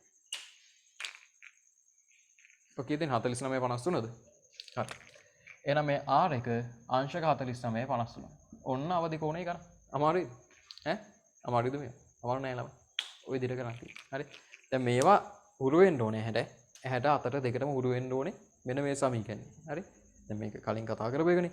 අද අලුතෙන් කියලා දුන්නේ මේ කොටස. දැන් මේ කොටස කියලා දෙනවා කියන්නේ මෙතනින් එහාට එන්න ඕනේ මේක කියන එක විතරක් නෙවෙයි. කලින් ඒවත් ඕනේ. ඒකයි මම කියන්නේ එදා දවසේ වැඩේ එදාම කරගෙන ඉවර කරගෙන එන්න. හරිලා. ඊළඟ දවසේ මම අලුත් කොටසක් කියන්නේ. හැබැයි ඒකට කලින් ඒවත් සම්බන්ධයි. හරි. ටග්ගල් හදන්න එන අංශක 75න් පතනේ වුණොත් මොකද වෙන්නේ? එන අපි ලස්සනට කියනවා i2 මෙන්න මෙහෙන් යන්නේ. හරි. කොහොම යන්නේ i2 එක. හරි. i2. අපි කියනවා i2 කියන එක 100කට වඩා විශාලයි. ඒ නිසා මොකක් වෙනවද? ඕන්න අභ්‍යන්තර පරාවර්තනය වෙනවා. එහෙනම් මොකද වෙන්නේ? මෙයා දැන් වර්තනය වෙන්නේ නැහැ. මෙහෙට යන්නේ. ඉතින් පතනය වෙන්නේ 75න් නම් මෙතන r කෝණයක් කීයද? 75ම තමයි. අංශක 75ක කෝණයකින් මෙයා පරාවර්තනය වෙනවා. ඒ මාධ්‍යයට ඔන්න ඔය ටික ලස්සනට ලියවන සම්පූර්ණ උත්තරයක් තියෙනවා. හරි. ඌණ අභ්‍යන්තර පරාවර්තනයේ තීරි පැත්ත ඔච්චරයි ඇත්තටම මේක යෙදීම් කිහිපයක් තියෙනවා කතා කරන්න. ඒ ටිකත් අපි කතා කරනවද? මේක මතක තියාගන්න ඕනේ. සමීකරණය ලියන විදිය සහ පූර්ණ අභ්‍යන්තර පරාවර්තනය වෙන්න තිබිය යුතු අවශ්‍යතා දෙක. හරි. ওই ටික අනිවාර්යෙන් මතක තියාගන්න. ওই ටික අනිවාර්යෙන් ඇහැ. හරි.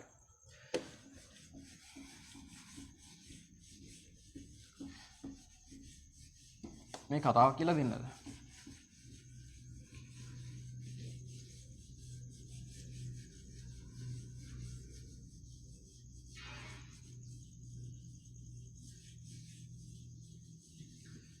අපි තව ගානක් හදමුකෝ. හරි.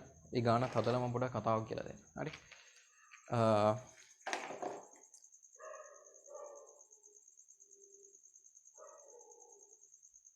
ඔයගොල්ලෝ ලියන්න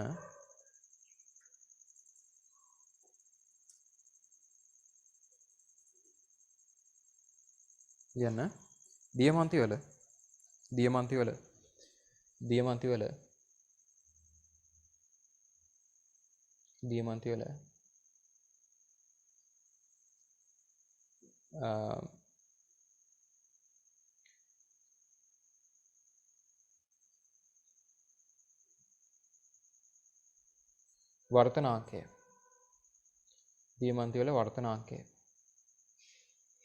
දියමන්ති වල වර්තනාංකය 2.5ක් පමණ වේ. දියමන්ති වල වර්තනාංකය 2.5ක් පමණ වේ. දියමන්ති වල වර්තනාංකය 2.5ක් පමණ වේ. 2.5ක් පමණ වේ. වාතය තුල තබා ඇති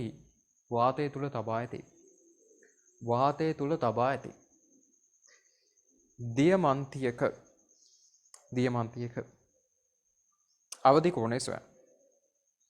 වාතය තුල තබා ඇති දියමන්තියක අවදි කෝණය සොයන්න.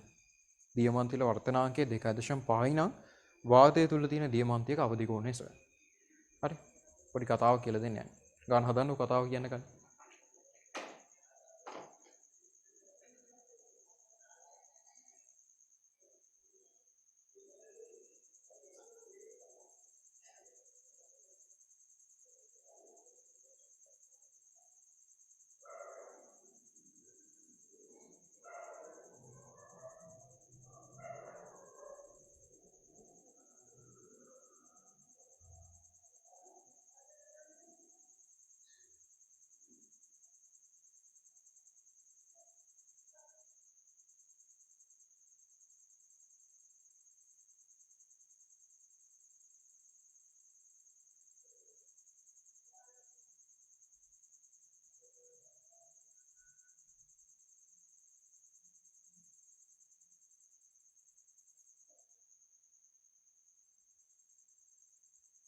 උතරේ ආපු කට්ටිය දාන chat එකේ.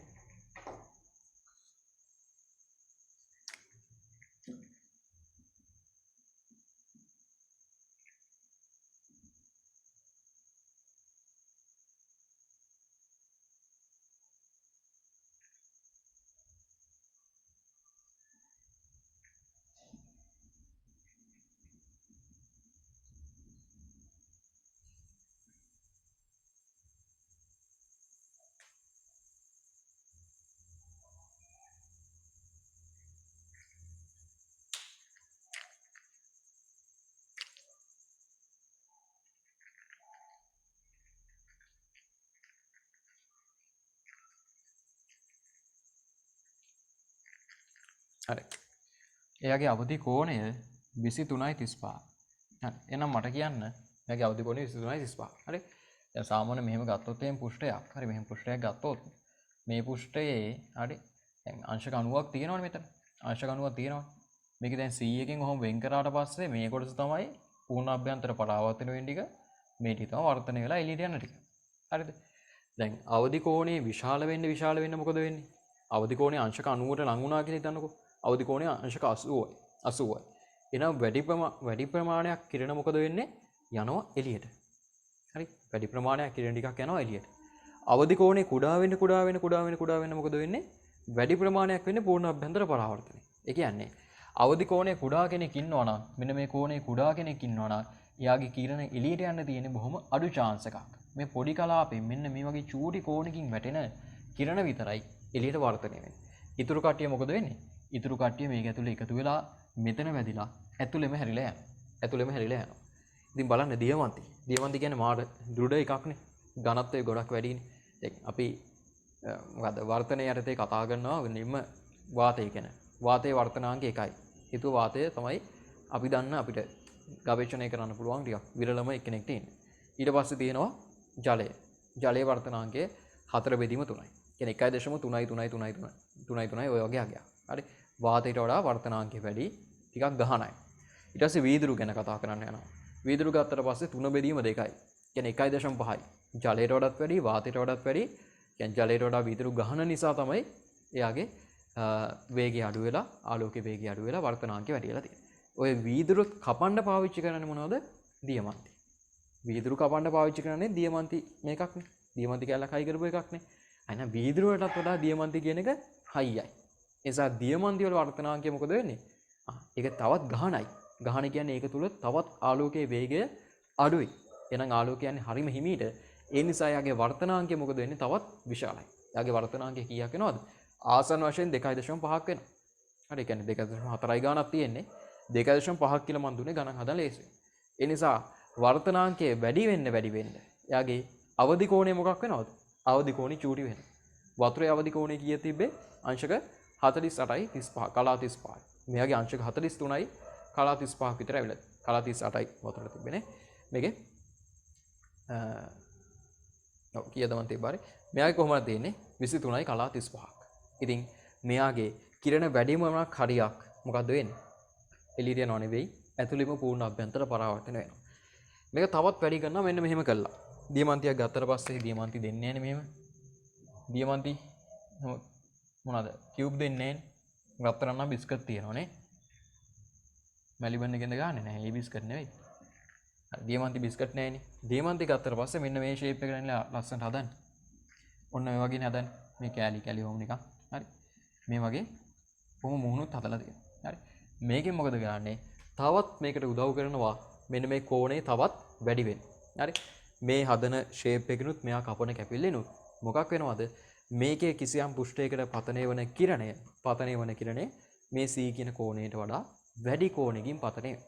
එහෙනම් මේක ඇතුළට ආලෝක කිරණයක් රිංග ගත්තොත් අමාරුවෙන් හරි ආලෝක කිරණයක් ඇතුළට ගියොත් මොකද වෙන්නේ? හරි. ඇතුළට ගියොත් මොකද වෙන්නේ? ඇතුළේ මේක ට්‍රැප් වෙනවා. ඇතුළේ හිර වෙනවා. ඇතුළේ හිර වෙලා මේක එහෙට වදිනවා මෙහෙට වදිනවා. ඒ එළියට යන්න බෑනේ. ගොඩක් තැන් වලින් පූර්ණ අභ්‍යන්තර පරාවර්තන වෙනවා. වෙලා උන් අන්තිමට වගේ පුළුවන් එළියට එන්න. ඒ නිසා මොකද වෙන්නේ? දියමන්තියක් ගත්තට පස්සේ ඒක ඇතුලේ ආලෝකය ටිකක් එකතු වෙනවා. ආලෝකය නිකුත් කරන ප්‍රභවයක් මොකක්ද අපි කියන්නේ? ආලෝක ප්‍රභවයක් බල්බයක් වගේනේ. ඉතින් මේ දියමන්තිය කියන එක ගත්තට පස්සේ මෙයා බල්බ එකක්ම නෙවෙයි හැබැයි මෙයාට එන ආලෝකය කියන්නේ මෙයාගේ ඇතුලේ ටිකක් එකතු වෙනවා. හරි. එළියට දෙනවා කියන අදහස නෙමෙයි මං කියන්නේ. එළියට එන්න බැරුව තමයි ඇතුලේ එකතු වෙන්නේ. ඇතුලේ එකතු වෙලා තමයි අන්තිමට එළියට එන්නේ. ඒසක් කිසියම් අවස්ථාවකදී මෙයාගේ ඇතුලේ තියෙනවා ටිකක් එකතු වෙච්ච ආලෝක ප්‍රමාණයක්. ඒ නිසා තමයි මෙයාට අපි එක එක පැති වලින් බලද්දී ඒකට මුතු දිලිසෙන ගතියක් තියෙන්නේ. හරි. වෙන කට්ටියට නැති දිලිසෙන ගතියක් මෙයාට තියෙන්නේ. ඒක නිසා. ඒතකොට දියමන්තය ඔය නිකම්ම මෙහෙම මේ තිරිවාණ ගල් කෑල්ලක් වගේ ගත්තොත් ඕක නැති වෙන්න පුළුවන්. හරි. මේ විදිහට උපමට්ටම් කළා ෂේප් කරලා ගත්තාම මැණිකක් වුණත් එහෙමනේ. හරි. මැණික කියන්නේ දියමන්තිය තරම් එහා ඉන්න එක නෙවෙයි. ඒකට මේ පැත්තේ ඉන්න එකක්. එයාගෙත් කිසියම් මොකක් තියෙනවා. නේ? හරි. ඔය ටෝච් එකක් එහෙම ගාලා මැණික් වල බලන්න ඒකනේ. ඕගොල්ලන්ගේ මැණික් ගැන නෙමෙයි කතා කරන්නේ. හරි. 14 වෙනිදා හම්බෙන්න යන මැණික නෙවෙයි. පාෂාණමේ මැණික් ගැන කතා කරන්නේ. හරි. තේරුණාද? ඒගොල්ලෝ ගොඩක් දෘඩ නිසා ඒගොල්ලන්ගේ වර්තනාංකය වැඩි. ඒ නිසා අවදි කෝණය අඩුයි. ඒ නිසා ආලෝක කිරණ ඇතුළේ එකතු වෙලා ඒක පොඩක් දිලිසෙන ස්වභාවයක් එනවා. හරි. ඒක නිකන් කිව්වේ. හරි. එතකොට දැන් අපි කතා කරන්න ඕනේ. හරි මේක වැඩිපුර කිව්ව කාරණාවක් හරි. දැන් අපි කතා කරන්න ඕනේ. ඔන්න ඔය පූර්ණ අභ්‍යන්තර පරාවර්තනය නිසා. හරි. ඇතුලේ පරාවර්තනය වෙන සිද්ධිය නිසා වෙන විශේෂ දේවල් අපි ඔක භාවිතයට ගන්න තැන්. කියන්න බලන්න දන්නේ ඒවා දෙකක් තුනක් තියෙනවනේ. පූර්ණ අභ්‍යන්තර පරාවර්තනය අපි භාවිතයට ගන්න තැනක් දන්නවනම් කියන්න බා. මේ දවස්වල ටිකක් ප්‍රසිද්ධයි.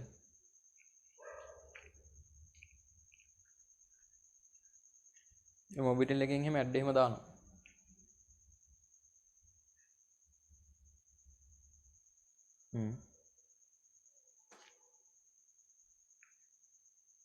වෛද්‍ය ශිෂ්‍යය තියෙන ඒවාත් තියෙනවා. හරි. මොබිටෙල් එකෙන් මොනවද ඇඩ් දාන්නේ? ෆයිබර්. හරි. ෆයිබර් ඔප්ටික්ස් කියලා කියනවනේ. හරි ඔප්ටික් කියන්නේ ආලෝකය.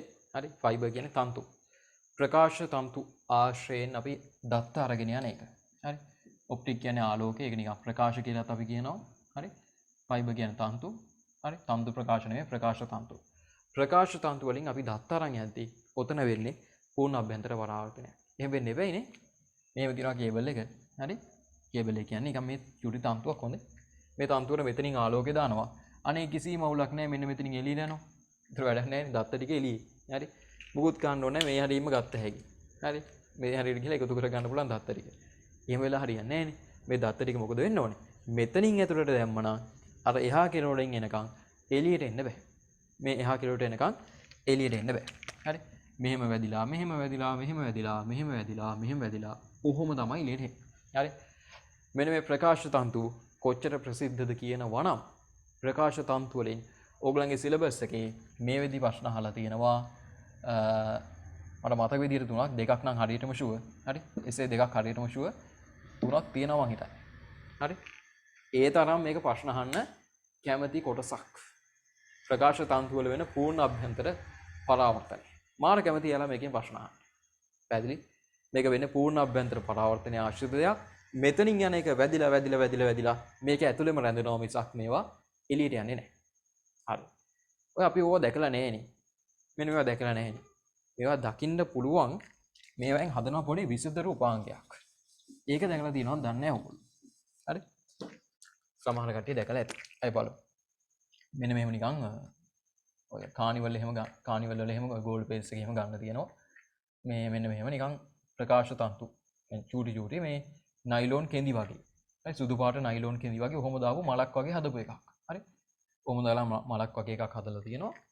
නයිලෝන් සුදු පාට නයිලෝන් කෙඳි වගේ ටිකක් තියෙනවා. හරි. මේකේ මෙන්න මෙතන ලයිට් එකක් හයි කරලා තියෙනවා. මේ ස්විච් එකක් තියෙනවා. මේ ලයිට් එක ඔන් කරන්න. ලයිට් එක ඔන් කරාට පස්සේ මේ හැම එකේම මෙන්න මේ අගිසි ටික කොහොම පත්තු වෙනවා. අගිසි ටික පත්තු වෙනවා. ඒ විතරක් නෙවෙයි මේක මේ නයිලෝන් එකක් නේ තියෙන්නේ. නයිලෝන් වගේ නිකන් නයිලෝන් නෙමෙයි හොඳේ ප්‍රකාශ තන්තු තියෙන්නේ. නයිලෝන් වගේ නිකන් තන්තුවක් නේ තියෙන්නේ. මේකේ තනින් දැන චූටි කට් දාලා තියෙනවා. අන්නේ කට් වලිනුත් මේක ලාවට පත්තු වෙනවා. හරි ඔන්නම නිකන් ලයිට් එකක් වගේ පත්තු වෙනවා. හැබැයි මේක ලයිට් එකක් නෙවෙයි කියලා තේරෙනවා. හරි ලයිට් එකක් නෙවෙයි නිකන් තන්තු ටිකක් තියෙන නූල් කෑලි වගේ ටිකක් තියෙන්නේ. මේ ස්විච් එක ඔන් කරාට පස්සේ මේකේ මෙන්න මේ කෙලවර වල ටිකයි මේ මැද්දෙන් අර පොඩි කැපුමක් දාලා තියෙනවා. අන්න ඒ දැන් පත්තු වෙනවා. ඔක දැකලා තියෙන කටිය අද උස. මාත් මේ ළඟදී දැකලා නෙවෙයි මම පොඩි කාලේ දැකලා තියෙනවා. ප්‍රාතෝක්සන් මම මේකක් දැකලා තියෙන කට්ටිය. දැකලා තියෙනවා. මෙන්න මේවා තමයි ප්‍රකාශ තන්තු කියන්නේ. හරි මේ තියෙන ප්‍රකාශ තන්තු. හරි. මෙතනින් දෙන ආලෝකය වෙන තැන් වලින් එළියට යන්න දෙන්නේ නැහැ. මොකද වෙන්නේ? මේක ඇතුලේ බවුන්ස් වෙයි ගිහිල්ලා කෙලවරින් එළියට යනවා. හැබැයි අපි කිසියම් තැන කැපුමක් දැම්මොත් මම මෙතනින් කපනවා නේ. මෙතනින් කපනවා. දැන් මොකද වෙන්නේ? අන්න ආලෝකය මෙතනින් චුට්ටක් එළියට රින් කරනවා. අන්න ඒක මට පේනවා. මෙතනින් එළියට එනවා පේනවා. මෙතන එක පේනවා. පැහැදිලිද? ඔන්න ප්‍රකාශ තන්තු. නිසා මේවා මේ දකින්න නැති දැකලා නැති ඒවා නෙවෙයි. මේවෙන් හදන විසිතු රූපාංගයක් තියෙනවා. හරි. ගොඩාක් ගණන් ඒවත් නෙවෙයි ඉතින් මේ. එහෙනම් මේවා හදන්නේ නැහැනේ. සාමාන්‍යයෙන් පාවිච්චියට ගන්න පුළුවන් ප්‍රමාණය ඒවා. හරි. හරි. එක උදාහරණයක් විතරයි ප්‍රකාශ තන්තු. ඕවෙන් අහන ගණන් වෙනම සිද්ධියක් තියෙනවා. අපි ඒවා ගැනත් බලමු. හරි. එක උදාහරණයක්. පූර්ණ අභ්‍යන්තර පරාවර්තනය. දෙවෙනි උදාහරණය තමයි මිරිගුව. මිරිගුව. හරි. මිරිගුව. හරි මිරිගුව කියන එක දන්නවනේ. ශිතිදය නෙවෙයි ඈ. ශිතිදය කියන එකේ ඒක ඇත්ත. ශිතිදය කියන්නේ අර මුහුදයි අහස එකතු වෙනවා වගේ තැන. මිරිගුව කියලා කියන්නේ මොකද්ද? අර කාන්තාරයේ මුවෙක් යද්දි උඩ පේන මිරිගුව. අර සින්දුවකුත් තියෙන මොකද්ද මම් මුලා වූ මොකෙද්ද වගේ යනවා කියලා. හරි මොකද්ද එකක් තියෙන්නේ. හරි අන්න ඒ වගේ මේ මිරිගුව කියලා කියන්නේ ටිකක් රස්නේ කාලෙට. ටිකක් රස්නේ වැඩි උෂ්ණත්වය වැඩි දවල් කාලෙදී බලා ගන්න පුළුවන් දෙයක්. විශේෂයෙන් ඔය අපි දිගට දින තාරපාරක ගියොත් එහෙම කාපට් පාරක හරි ටිකක් දිගට දින කාපට් පාරක ගියොත් එහෙම අපිට පේනවා නිකන් ඉස්සරහින් වැහැලා නිකන් වතුර පිරීලා වගේ. හරි. අන්න ඒකත් පූර්ණ අභ්‍යන්තර පරාවර්තනය හා සම්බන්ධ දෙයක්. එතන ඒ වාත ස්තර රත් වෙලා හරි එතන වර්තනාංක ටික වෙනස් වෙලා ගහන මාධ්‍ය විරල මාධ්‍ය හැදිලා ඒ නිසා ආලෝකීන සම්පූර්ණ පරාවර්තන වෙලා ඇවිල්ලා තමයි ඒ වගේ සිද්ධියක් වෙන්නේ. මිරිගුව කියන එකේ අදහස ඇත්තටම නැතිව වතුර වගේ පේන එක. ඒ වතුර වගේ පේනවා කියන්නේ. එයිනම් මේ වතුර ටිකක් තිබ්බොත් නේ අපිට කිසියම් තැනක ප්‍රතිබිම්බයක් පේන්නේ. නේ? දැන් හිතන්නකෝ මෙහෙම. හරි? මේ තියෙන පාර. හරි? ඔය තියෙන තාර පාර. මෙතන ඉන්නවා අපි. හරි? මේ හරිය තියෙනවා මොකක් හරි ගහක්. කොහොම ගහක් තියෙනවා. දැන් මේ පාරෙන් බලුවට ওই ගහ පේනවද? මරුනේ. එහෙනම් මූණ බලන්න පුළුවන්. උදේට මූණ හොදලා ගියේ නැත්නම් එහෙම මේ පාරට පොඩ්ඩක් නැවිලා මූණ බලලා ඔක්කොම කොණ්ඩේ එහෙම පීරගෙන යන්න පුළුවන්. එහෙම පේන්නේ නැහැනේ පාරේ. පාර කියන්නේ දර්පණයක් නෙවෙයි. හැබැයි හොඳට රත් වෙච්ච වෙලාවට මේක හැමෝම දැකලා ඇති. හරි. අත උස්සන්න කියන්නේ හැමෝම දැකලා තියෙනවා. හොඳට පාර රත් වෙච්ච වෙලාවට අපිට නිකන් මේකෙන් පේන්න ගන්නවා. මෙන්න මේ ගහේ ප්‍රතිබිම්බයක්. මේ ගහේ ප්‍රතිබිම්බයක් මේ පාර මතින්ම පේන්න ගන්නවා. සාමාන්‍යයෙන් ඔහොම වෙන්නේ මොනවද තිබ්බොත්ද? ඔහොම වෙන්නේ වතුර තිබ්බොත්. වතුර තිබ්බොත් නේ මොකක් හරි එකක ප්‍රතිබිම්බයක්. නිකන් බිමින් පේන්නේ. එස අපි මේක හිතනවා අපේ ඇහැ දකිනවා මෙතන. පාර උඩට වතුර ඇවිල්ලා වගේ. පාර උඩට වතුර ඇවිල්ලා වගේ. වතුර නෙමෙයි ඇත්තටම තියෙන්නේ. මේ ආලෝක කිරණත් එක්ක සිද්ධ වෙන පූර්ණ අභ්‍යන්තර පරාවර්තනයක් මෙතන වෙන්නේ. පැහැදිලිද? පූර්ණ අභ්‍යන්තර පරාවර්තනයක් වෙනවා. මේක මිරිගුව කියලා අපි කියනවා. හරි? මිරිගුව කියන එකේ අදහස එතකොට මොකද්ද? උෂ්ණත්වයේ වැඩි කාලවලදී නිකන් වතුර වගේ පේන එක. හරි දෘෂ්ටි මායාවක් මේක. වතුර නැහැ වතුර වගේ පේනවා. ඒ වතුර වගේ පේනවා කියලා කියන අදහස වතුර තිබ්බොත් තමයි මේක පරාවර්තන වෙලා ඉන්නේ. වතුර නැතුව මෙතන පරාවර්තන වෙලා යන්නේ. හරි? වෙන සිද්ධිය මම නිකන් කියන්නම් අපි මේවා ලියන්නේ නැහැ. හරි කැමති කට්ටිය නෝට් එකක් දාගන්න. මෙහෙමයි වෙන්නේ කියලා නිකන් ලස්සනට අහගන්න. හරි? කැමති කට්ටිය නෝට් එකක් දාගන්න කිසිදු අවුලක් නැහැ. හරි. ඔන්න මිරිගුව දෙවෙනි උදාහරණය ගැන පැහැදිලි කරලා මම තව ඉස්සරහට යන්නම්. හොඳේ? හරි. ඔන්න හරි. මම කිව්වා මේක හැමදාම වෙන්නේ නැහැ. මේක වෙන්න නම් මොකක් වෙන්න ඕනද? ටිකක් උෂ්ණත්වයේ වැඩි කාලයක් වෙන්න ඕන. උෂ්ණත්වය වැඩි කාලය කියන්නේ දවල්ට. හරි? දවල්ට වෙන්න ඕන. මෙතන දැන් ඔයගොල්ලෝ ඉන්නේ. මෙන්න පාරක් තියෙනවා. ඈ මේ පාර දැන් නඩි 100 පාර ගාව ඉන්නේ දැන්. හරිද? දැන් නිල දාස පේන්නේ නැහැ. නිල දාස බලන්න බෑ. මොකද අවුවයිනේ. හරි? ඒසයි ආ දැන් එළියට එන්නේ. දැන් පාර ගාව ඔයගොල්ලෝ ඉන්නකොට මෙන්න මෙහෙම මේ පැත්තෙන් තියෙනවා මොකක් හරි ගහක්. ගහක් ඕනේ අපි නිකන් සතෙක් ගමුකෝ. සතෙක් කියන්නේ මට මොකක් හරි. මොකක් හරි සතෙක් ඉන්නේ. සතෙක් කියනවා. හරි? දැන් මෙයාට මෙයාව කෙලින්ම පේනවා. කිසිම අවුලක් නැහැ. මෙයාව කෙලින්ම පේනවම. ඒක නෙමෙයි මං කියන්නේ. මෙතන වතුර එකතු වෙලා වගේ මෙයාගේ ප්‍රතිබිම්බය මේ හරිය පේනවා. ඒක වෙන්නේ මෙහෙමයි. ඒක වෙන්නේ මෙහෙමයි. මේ පාර උඩ තියෙනවා මෙහෙම වාත ස්තර. හරි වාතය. මේ වාතය තියෙනවා. වාතය. මම මේක ස්තර වශයෙන් අඳින්නේ නැහැ කියලා පස්සේ කියන්නම්. වාතය මෙහෙම තියෙනවා. දැන් ස්තර වගේ හැදිලා තියෙනවා කිසියම් හේතුවක් නිසා ඈ. මේ වාත ස්තර තියෙනවා. හරි. මොකක්ද උඩින් ගන්නේ? වාත ස්තර තියෙනවා. හරි. ඇයි මම මේ වාතය ස්තර වශයෙන් ඇන්දේ? අපිට එහෙම දැනෙන්නේ නැහැ. මේ පහලින් එක ස්තරයක් කකුල් දෙක හරිය එකක්, දනිස් හරිය එකක්, බඩ හරිය එකක් එහෙම දැනෙන්නේ නැහැ. මේක ස්තර වශයෙන් අපි ඇන්දේ කිසියම් හේතුවක් නිසා. ඒකට හේතුව තමයි මම කියන්නේ මේක හොඳට ඉර පායලා තියෙන. හරි මේ කතාව චිත්‍රයෙන්ම මතක තියාගන්න මේක. කැමති කට්ටිය රූපය ඇඳගෙන නෝට් එකක් දාගන්න. හරි. ඔහොම හොඳට ඉර පායලා තියෙන වෙලාවක්. හරිද? ඒ නිසා මොකද වෙන්නේ? හරි මොකද වෙන්නේ? හොඳට මේක රස්නේ, සැරයි, උෂ්ණත්වය තියෙනවා, තාපය තියෙනවා. ඒ නිසා මේ පාර හොඳට රත් වෙනවා. හරි. මේ මිරිගුව බලා ගන්න පුළුවන් කොයි තැන්වලද? හැමතැනම බලන්න බෑ මිරිගුව හොඳේ. මේ මොකක් හරි මේ වගේ තාර පාරක්, කාපට් පාරක් තිබ්බොත් සහ කාන්තාරවල. කාන්තාරවලක් තියෙනවා. හරි. ඒකට හේතුව පාරක් ගත්තත් කාන්තාරයක් ගත්තත් මේ දැඩි සූර්ය රශ්මියත් එක්ක මේක හොඳට රත් වෙනවා. හොඳට රත් වෙනවා. මේක රත් වුණාට පස්සේ මොකද වෙන්නේ? මෙයා ගාව තියෙන වාත ස්තරය ටිකක් රත් වෙනවා තමයි. වාත ස්තරය ටිකක් රත් වෙනවා. ඊට වඩා යා උඩින් තියෙන වාත ස්තරය ඊට වඩා අඩුවෙන් රත් වෙනවා. ඊට උඩින් එක තව ටිකක් අඩු වෙනවා. මෙයා තව ටිකක් අඩු වෙනවා. තව ටිකක් අඩු වෙනවා. තව ටිකක් අඩු වෙනවා. හරි. ඔන්නෝම රත් වෙනවා. එහෙනම් වාත ස්තර ඇන්දේ මං ඇයි? තාර පාරයි රත් වෙන්නේ. වාතය මුලින්ම රත් වෙනව නෙවෙයි. තාර පාර නැත්තම් කාන්තාරය තමයි රත් වෙන්නේ. මේක රත් වුණාම මොකද වෙන්නේ? මේ තියෙන රස්නේ නිසා එයා ගාබින් ඉන්න වාත ස්තරයත් මොකක් වෙනවද? හොඳට රත් වෙනවා. හරි? දැන් මේක සංවහන ධාරා වෙනවා, අරමයෝ තියෙනවා. ඒව කතා කරන්නේ නැහැ. ඒවා මේ කොටසට හදාලා නැහැ. ඒක හොඳට රත් වෙනවා. දැන් මොකද වෙන්නේ? රත් වුණොත් දෙයක් රත් වුණොත් මොකක් වෙනවද? එයා ප්‍රසාරණය වෙනවා. ප්‍රසාරණය වෙනවා. ඈත් වෙනවා. එතන මාධ්‍ය ගහන වෙනවද විරල වෙනවද? ප්‍රසාරණය වුණොත් ඝනත්වය අඩුයි. මාධ්‍ය විරල වෙනවා. ඔය තියෙන්නේ. මාධ්‍ය විරල වෙනවා. එහෙනම් මේකේ මොකක් වෙනවද? මේක හැදෙනවා පොඩි මේ පඩි පෙලක් වගේ. පහලින් පහළට මේ හරිය ටිකක් ගහනයි, මේ හරිය ටිකක් විරලයි. පඩි පෙලක් වගේ. හරි? මරුනේ එහෙනම් මෙතනින් අපිට ඉස්සරහට නැගගෙන යන්න පුළුවන්. එහෙම පඩි පෙලක් නෙවෙයි මං කියන්නේ. අර ගහන මට්ටමේ ඉඳන් එන්න මට්ටමට විරල වෙලා යනවා. ගහන මට්ටමේ ඉඳන් මට්ටමට විරල වෙලා යනවා. නිසා මෙතන ඉඳන් ආලෝක කිරණයක් ආවොත් එහෙම මෙතන අභිලම්බය ඇඳොත් මෙයාට වඩා මෙයා විරලයිනේ. හරි. ඒ නිසා මොකද වෙන්නේ? මෙතනින් ඔහොම ගිහලා හරි. එක්තරා අවස්ථාවක් එනවා මෙයා පතනය වෙනවා අවදි කෝණයට වඩා වැඩි කෝණයකින්. අවදි කෝණයට වඩා වැඩි කෝණයක්. ඉතින් මෙහෙම එන එක මෙහෙම ගිහලා මෙතනින් මොකක් වෙනවද? ඔන්න ඔහොම පූර්ණ අභ්‍යන්තර පරාවර්තනය වෙනවා. මෙහෙම ගිහලා ඔන්න මෙතනින් පූර්ණ වශයෙන් හැරිලා එනවා.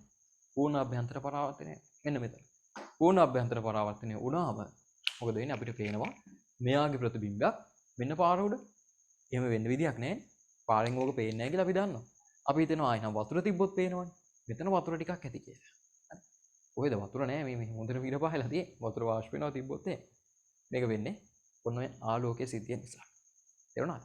ඔක තමයි මිරිගුව කියලා කියන්නේ. නිසා පිටිම ළමයි විශේෂයෙන් මිරිගුව පස්සේ එහෙම යන්න එපා හොඳේ. හරි මිරිගුව කියන දේ ඇත්තම නැහැ. හරි. කැමති කට්ටිය නෝට් එකක් දාගන්න. මිරිගුව කියන එක ඇති වෙන්නේ එහෙමයි. හරි. මේ පූර්ණ අභ්‍යන්තර පරාවර්තනය ගැන අපි කතා කරන්නේ. පළවෙනි උදාහරණය ප්‍රකාශ තන්තු. දෙවෙනි උදාහරණය මිරිගුව. ඇති වෙන්නේ කොට මේ කාපට් පාරක් තාර පාරක් නැත්නම් කාන්තාරයක වගේ. තුන්වෙනි උදාහරණය තමයි ලපයක් ඇතිවීම. අපට සිල්. ඔය ලපයක්ද? ඒතර මූණේ ලපයක් ඇති වුණොත් එහෙම අර එක්කෙනෙක් ඉන්නේ. මූණේ ලපයක් ඇති වුණොත් එහෙම ඒක මේ මොකද්ද? පූර්ණ අභ්‍යන්තර පරාවර්තනයද? හැමතැනම ලපයක් ඇතිවීම නෙවෙයි. හැම ලපෙමත් නෙවෙයි. මේ ලපය හරි ආලෝක ලපයක්. ලයිට් වලින් ලපයක් හැදෙන එක. ආලෝක ලපයක් ඇතිවීම. හරි. මේක ගැන මම ලබන සතිය කියලා දෙන්නේ. හරි ආලෝක ලපේ ටිකක් ටිකයි. අද ප්‍රකාශ තන්තු ගැන කියලා දෙන්නම්. ආලෝක ලපේ ගැන බේසික් අයිඩියා එකක් දෙන්නම්. ලබන සතිය මේක පොඩ්ඩක් බලාගෙන ඉන්න. හරි අවස්ථාවක් හම්බුනොත් හරි මෙන්න මේ මං කියන දේ වෙනවද නැද්ද කියලා පොඩ්ඩක් බලාගෙන ඉන්න. හරි. ආලෝක ලපේ බලන්න පුළුවන්. ගෙදර මාළු ටැංකියක් තියෙනවා නම් ඒ කියන්නේ මාළු ටික මරන්න එපා.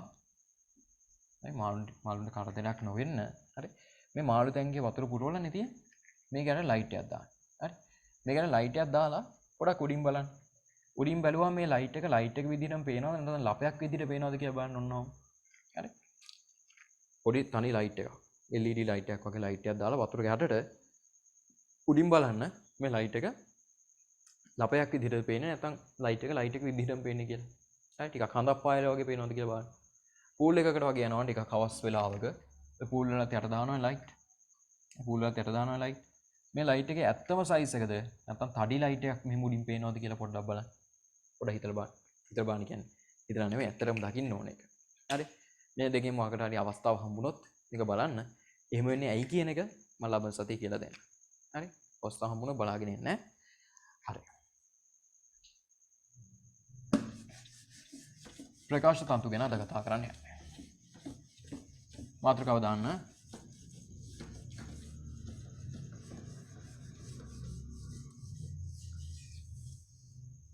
මොකක්ද?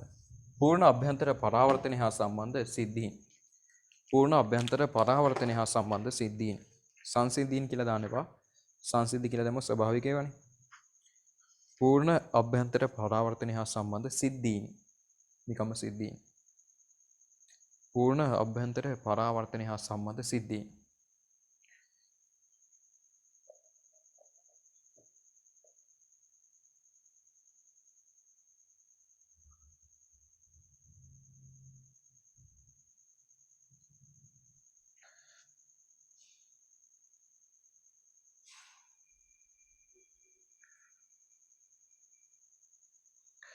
හරි. පළවෙනි එක මිරිගු ඇතිවීම. මිරිගු ඇතිවීම. මිරිගු ඇතිවීම. දෙවෙනි එක ජලය මත ආලෝක ලප ඇතිවීම. ජලය මත ආලෝක ලප ඇතිවීම. ඒක ලබන සතිය කියලා දෙන්න. මිරිගු ඇතිවීම, ජලය මත ආලෝක ලප ඇතිවීම. තුන්වෙනි එක ප්‍රකාශ තන්තු වල ප්‍රකාශ තන්තු කියලා කියන්නේ ප්‍රකාශ තන්තු. ප්‍රකාශ තන්තු. ප්‍රකාශ තන්තු. ප්‍රකාශ තන්තු. හරි. මේ කොටස කියලා දෙන්න ඕගලන්ට ගණන් හදන්න. මේකේ මම ගාන හදන්න වැදගත් ඒවා ටික කියලා දෙනවා. ඕගලන්ට එතනින් එහාට ගාන හදන්න පටන් ගන්න පුළුවන්. හරි. ප්‍රකාශ තන්තු. මෙහෙමයි ප්‍රකාශ තන්තු හදලා තියෙන්නේ. ප්‍රකාශ තන්තුවක විය යුත්තේ දේ මොකද්ද? මේක නිකන් මේ ස්ලෝන් බටයක් ගන්නවා වගේ නිකන් එකක් අරන් හරියන්නේ නැහැ. හරිද? මේ ප්‍රකාශ තන්තුවට අපි ආලෝක කිරණයක් දැම්මොත් ආලෝක කිරණයක් කිසියම් ආකාරයකට මේක දැම්මොත් හරි මේක මෙහෙම ගිහලා වදිනවා නම් මෙතන මොකක් වෙන්න ඕනේ ළමයි අනිවාර්යෙන් මේක පූර්ණ අභ්‍යන්තර පරාවර්තනයක් විය යුතුයි. හරි එළියට යන්න බෑ. හරි මෙතනින් එළියට යන එක අපි වළක්වන්න. එසා ප්‍රකාශ තන්තු බොහොමයක් ඒවා ඉස්සර තිබ්බේ ඈ. දැන් අලුත් ඒවා වෙනස් කරලා තියෙන්නේ. ඉස්සර තිබ්බ ප්‍රකාශ තන්තු වල වටේට තියෙනවා මෙහෙම පොඩි ආවරණයක්. වටේට තියෙනවා මෙහෙම පොඩි ආවරණයක් ඈ. මේ වටේට මොකද තව ආවරණයක් තියෙනවා. හරි. ඇතුලේ තමයි ප්‍රකාශ තන්තුව තියෙන්නේ. මෙතන මේක වටේට පොඩි ආවරණයක් තියෙනවා. හරි. එතකොට මේ කිසියම් තැනක් අපි ගත්තොත් එහෙම මෙහිම මැද්දෙන් යන ආලෝක කිරණය. හරි මේක මැද්දෙන් මෙන්න මේකට ඇතුල් වෙන ආලෝක කිරණය. කොහොම ඇතුලෙන් ගිහිල්ලා හරි මෙන්න මෙතනදී මෙයාගේ වර්තනාංකයක් තියෙනවා. මෙයාගේ වර්තනාංකයක් තියෙනවා. හරි. හරි. කවුරුහරි මට කියන්න මේ නිල් පාට එකද කළු පාට එකද දැන් ගහන නිල් පාට එක්කනද කළු පාට එක්කනද වැඩිපුර ගහන වෙන්න ඕනේ. මෙතන හැරෙන්න නෑ. වැඩිපුර ගහන වෙන්න ඕනේ නිල් කෙනාද කළු කෙනාද?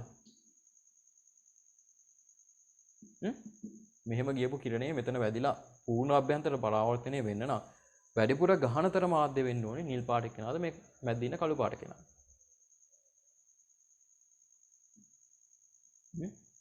පූර්ණ අභ්‍යන්තර පරාවර්තනය වෙන්න අවශ්‍යතා දෙකයි. ආලෝක කිරණ ගහන මාධ්‍ය නම් විරල මාධ්‍ය පැත්තට යන සීන් එකේ ඉන්න ඕනේ. හරි. එහෙමත් වෙලා මේ කෝණයේ අවදි කෝණයටත් වඩා වැඩි වුණොත් තමයි ඒ ගහන මාධ්‍යයටම නැවතෙන්නේ. එසම මේ මැද්දේ ඇඳපු මෙන්න මේක හරි මැද්දේ ගහන මාධ්‍යයක් තියෙන විදිහට වටේට ඒක මේ කවර් කරනවා විරල මාධ්‍යකින්. හරි.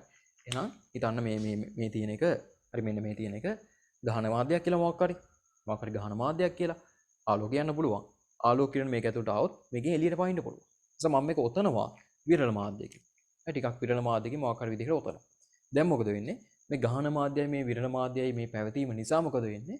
මේකෙදි මේක වැදිලා එතනින් හැරිලා යනවා. හරිද? ඔය ඉස්සර පාවිච්චි වෙච්ච ක්‍රමය ගණන් හදද්දී ඔයගලන්ට හම්බෙයි. දැන් පාවිච්චි වෙනවා කියලා මෙහෙම ක්‍රමයක්. මෙන්න මෙහෙම ක්‍රමයක්. එකම මේක තමයි එකම මේක තමයි. මේක හදලා තියෙනවා. මෙයාගේ මැද ලයින් එක තියෙනවනේ. මේ හරිය ටිකක් ගහන වෙන්න මේ එළියට යන විරල වෙන්න. මේ විස්තර වශයෙන් හදලා තියෙනවා. හරි මේ රවුන්ඩ් වගේ. හරි. මැද හරිය ඉන්න කට්ටිය ටිකක් ගහනයි එළියට යන්නේ විරලයි. එසා මේකෙදි ඩොග් ගාලා වැදිලා හැරෙන්නේ නැහැ. මේකෙදි පේලියෙන් පේන්න නෙවෙන්නේ. අර මිරිගෝ වගේ ලස්සනටම හැරෙනවා. හරි. මිරිගෝ හැදෙනවා වගේම ලස්සනට හැරිලා යනවා. ස්තර වශයෙන් හදලා තියෙනවා. හරි මිරිගුවේ අර ඩොග් ගාලා හැරුන්නේ මිරිගුව මෙහෙම ගිල ඔහොම ආවනේ අන්න ඒ වගේ මේකෙත් ලස්සනට හැරෙනවා මෙහෙම ඇදුවොත් මොකද වෙන්නේ ඩොග් ගාලා හැරිලා තමයි එන්නේ දැන් අලුත් ඒවා හදලා තියෙන්නේ මේ විදිහට ඈ හරි ඉතින් මේ වගේ ගාණක් දුන්නොත් හරි අපෙන් අහන දේවල් ටික තමයි මම කියන්නේ ගාණ හදන්න පාර තමයි කියන්නේ ගාණ හදාගෙන ඉන්න ඕනේ උකුල ඊළඟ දවස් හරි මේමයි දැන් ඔන්න ප්‍රකාශ තන්ත්‍ර ඔන්න ප්‍රකාශ තන්ත්‍ර මෙන්න එළියේ තියෙනවා ටිකක් අර ගහන මාධ්‍ය විරල මාධ්‍ය එළියේ තියෙනවා විරල මාධ්‍ය එළියේ තියෙනවා විරල මාධ්‍ය ඔන්න දැන් ආලෝක කිරණ මෙතනින් ඇතුල් වෙනවා ඔන්න ඇතුල් වුණා පැහැදිලිද මේ එළියේ තියෙන වාතයෙන් ඇතුල් වුණා ඇතුල් වුණාට පස්සේ මොකද කරන්න ඕනේ මුලින්ම අභිලම්බය අදින්න ඕනේ අභිලම්බය අදින්න දැන් කිරණ යන්න හදන්නේ කොහොමද මෙහෙම කෙලින් යන්න හදන්නේ මෙහෙම කෙලින් යන්න හදන්නේ කෙලින් යන්න පුළුවන්ද අපෝ බෑ වාතය තුලින් යාවේ මේ වාතය ගහනයි නිසා පොඩ්ඩක් මෙහෙට හැරිලා ගමන් කරනවා මෙහෙම යන්න ආපු එක්කෙනා චුට්ටක් මෙහෙට හැරිලා ගමන් කරනවා අන්න ගිහින් වැදුනා මෙතනට අපි නැවතත් අභිලම්බය අදිනවා මෙතන නැවතත් අපි අභිලම්බය අදිනවා දැන් මොකද වෙන්න ඕනේ මෙතනින් මෙයා මෙන්න මෙහෙම පරාවර්තනය විය යුතුයි හරි දැන් හොඳට අහගන්න මේ කතාව අහගත්තේ නැත්නම් මේ જાතිය ගණන් එකක්වත් හදන්න බෑ මෙතන තමයි පොයින්ට් එක මෙතන තමයි පොයින්ට් එක හොඳට අහගන්න මේ කතාව හරි මං දත්තත් එක්කම ගාන හදාගෙන යනවා ඔයගලන් තේරෙන්නත් එක්ක හරි නෑ මුලින් දත්ත නැතුව හදමුකෝ දත්ත නැතුව මුලින් ෂේප් එකේ තේරුම් ගන්න බලන්න හරි දැන් මේ එළිය මාධ්‍ය විරලයි ළමයි මේක සාපේක්ෂව විරලයි මේ මාධ්‍ය ටිකක් සාපේක්ෂව ගහනයි නිසා මෙතනින් එන එක මෙතෙන්ට යන්නත් පුළුවන් යන්නේ අවදි කෝණයට වඩා කුඩා කෝණකින් ආවොත් හැබැයි මේක පතනය වෙනවා නම් මෙන්න මෙතන අවදි කෝණයට වඩා විශාල කෝණයකින් දැන් අරකට යන්නේ නැහැ දැන් මොකද වෙන්නේ මේකේ වැදිලා මෙන්න මෙහෙට එනවා දැන් මොකද ඕකේ තියෙන මැද එක බවුන්ඩරි මායිම මොකද මායිම තමයි මෙන්න මෙතන අවදි කෝණය වෙන එක එහෙනම් අපෙන් අහනවා හරි අපෙන් ගාන අහන්නේ මෙහෙමයි ගාන අහන්නේ මේ කිරණය මෙතනින් එළියට යන්නේ නැති වෙන්න මේ කිරණය මෙතන වැදිලා පූර්ණ අභ්‍යන්තර පරාවර්තනය වෙන්න මේ පාස් පේපර්ස් හදන්න කියලා දෙන හොඳට අහගන්න ඕනේ මෙතන වැදිලා පූර්ණ අභ්‍යන්තර පරාවර්තනය වෙන්න නම් මෙතනින් දෙන්න ඕනේ කෝණේ කීයද කියලා ඈ කොහොමද කියන්නේ යා මනුස්සයයි කොණ්ඩේ කළු නම් කකුලේ ඇඟිලි කීයක් තියෙනවද කියලා අහනවා වගේ නෑ එහෙම නෙමෙයි මේක සම්බන්ධයි සම්බන්ධයි එහෙමයි හොයන්නේ හරි මෙතන වැදිලා පූර්ණ අභ්‍යන්තර පරාවර්තනය වෙන්න ඕනේනේ එහෙනම් මේ කෝණය මොකක් විය යුතුයිද මේ කෝණය c හෝ c වඩා වැඩි වෙන්න c වුණත් මොකද වෙන්නේ මේක හරහා යන එක නෙදී ගණන් වලදී සලකනවා c එක c වලින් ආවම මේක හරහා යන්නත් පුළුවන් c වලින් ආවම c මෙහෙම යන්නත් පුළුවන් ඒක මැද අවස්ථාව හරි c කියන එක ආවම පොදු පෘෂ්ඨයේ දිග යනවා කියලා හිතන්න පුළුවන් ඒ පැත්තට බරව මොකද c මැද්දේනේ ඉන්නේ c තියේදී පූර්ණ අභ්‍යන්තර පරාවර්තනය වෙනවා කියලා c වලින් ඇවිල්ලා c වලින් යනවා කියලා හිතන්න පුළුවන් දෙපැත්තටම හිතනවා ඒක දැන් මේ ගානේ අපිට වාසි c වලින් ඇවිල්ලා c වලින් යන අවස්ථාව හිතුවා ඒ කියන්නේ පූර්ණ අභ්‍යන්තර පරාවර්තනය වෙන පළමු අවස්ථාව හරි එහෙනම් මුලින්ම මොකද හොයන්න ඕනේ මෙතන n2 කියලා දාලා මේක n1 කියලා දාලා මුලින්ම මෙතන හොයාගන්න ඕනේ sin c සමානයි n2 යට n1 sin c සමාන n2 යට n1 දාලා මෙතන c එක හොයාගන්න ඕනේ හරි අහගන්න කතාව මෙතන කෝණේ හොයාගන්න අපි දන්නවා එහෙනම් මේ කෝණය මෙතෙන්ට පතනය වුණොත් මේක පූර්ණ අභ්‍යන්තර පරාවර්තනය වෙනවා දැන් අපි ආපස්සට යමු දැන් විභාගෙදී මෙහෙම දෙන්නේ නැහැ ළමයි කොච්චරයි දෙන්නේ විභාගෙදී හරි මේ ටික දෙන්නෙත් නැති වෙයි හරි මෙච්චරක් විතරක් දෙයි විභාගෙදී මේක ඇල විතරක් අපි මොකද ගන්නෙ මේ ටික ඔන්නෝම එකතු කරනවා හරි අහගන්න මේ ටික මෙතන දැන් එනවා මට අංශක 90 කෝණයක් අංශක 90 ත්‍රිකෝණයක් හරි ත්‍රිකෝණයක් එනවා දැන් මේක c නම් මේක c කියලා හිතාගෙනනේ අපි ගණන් හදන්නේ මේක c නම් මේ කෝණේ කීයද වෙන්න ඕනේ ටක් ගාලා කියන්න මේක c නම් මේක කීයද වෙන්න ඕනේ chat එකේ දාන්න ටක් ගාලා ඉක්මනට ඉවර කරමු අපි මේ කෝණේ 100 නම් හරි මේක ඍජු කෝණේ ත්‍රිකෝණයක් නම් මේ කෝණේ කීයද වෙන්න ඕනේ කීයද වෙන්න ඕනේ 90 ඍණ 100 ඔයදී සුබිරින් මේක 90 ඍණ 100 හරි මේක 90 ඍණ 100 නම් හරි මේ කෝණේ කීයද වෙන්න ඕනේ ඒක කියන්න දන්නේ නැහැ ඒක හදන්න ඕනේ හරි ඇයි මේක කිසියම් ආරකයක් මේක කිසියම් අයයක් ඒ මෙතනත් වර්තනය වුණානේ එහෙනම් අපි පටන් ගන්නවා මෙතනින් sin i වාරයක් එළිය හරි එළියට අපි n0 කියලා දාමු sin i වාරයක් n0 සමානයි sin r වාරයක් මේක ඇතුලේ වර්තනාංකය n1. හරි. sin i කීයද කියලා හොයන්න ඕනේ. n0 කීයද කියලා අපි දන්නවා. sin r කියන්නේ කීයද දැන් 90 c. 90 c. හරි. ඊට පස්සේ මෙතන n1 එකකින් වැඩි වුණා. n0 වලින් දැන් බෙදෙනවා n0 මෙතෙන්ට අරගෙන. හරි. ඉතින් මෙන්න මේක සුළු කරාට පස්සේ මට හොයාගන්න පුළුවන් මෙතන i කෝණය කීයද කියලා. ඔන්න ඔකයි විදිය. ඔන්න ආයෙ පාරක් කියනවා ඈ. ආයෙ පාරක් කියලා මං හොඳ ප්‍රශ්නයක් අහනවා හිතන්න ඕනේ ප්‍රශ්නයක්. හොඳට උත්තර දෙන්න ඕනේ කියලා ඈ. හරි. ආයෙ පාරක් කියනවා අහගන්න. අපිට දෙනවා මෙහිම ප්‍රකාශ තන්තුවක්. මෙතනින් අපි මේකට ආලෝක කිරණයක් දානවා කියනවා. මේ දාන ආලෝක කිරණය මේ පෘෂ්ඨයෙන් පූර්ණ අභ්‍යන්තර පරාවර්තනය වෙන්න ඕනේ කියලාත් කියනවා. අපි දන්නවා පූර්ණ අභ්‍යන්තර පරාවර්තනය වෙන්නේ පතන කෝණය c වලට වඩා වැඩි වුණොත්.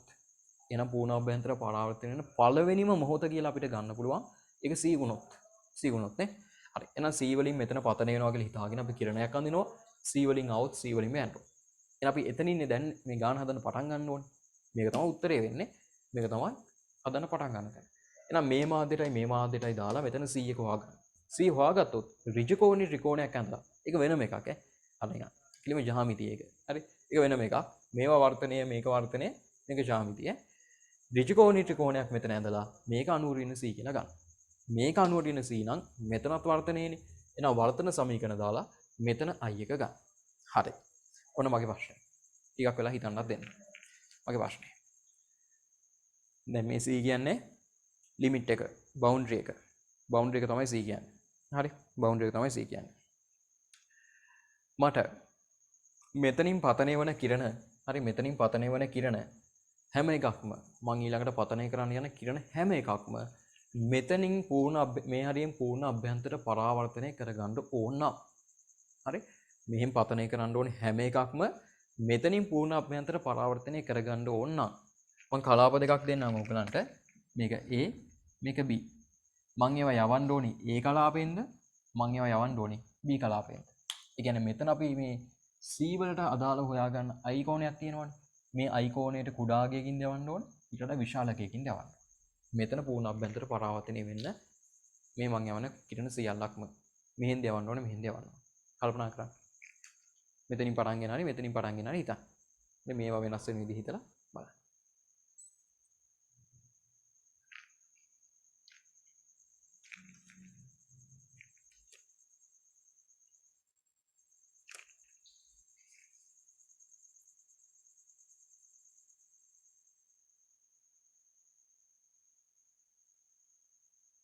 ජ්‍යාමිතිය හිතන් තියෙන.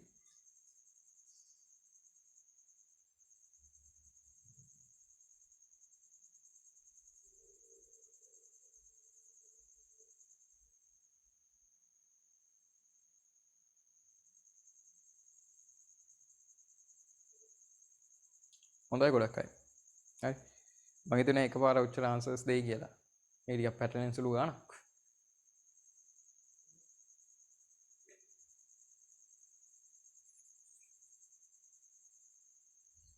මේ කොටස A හරි මේ I එක විශාල පැත්ත තමයි A I එක කුඩා පැත්ත තමයි මම B කියලා දාලා තියන්නේ. ඒක මම පිළිවෙලක් නෑ මම නිකන් දැන් මේ B කියලා. ඕගොල්ලෝ හිතන විදිහට අපි A පැත්තේ දැම්මොත්ද B පැත්තේ දැම්මොත්ද මේ සිද්ධි හරියන්නේ.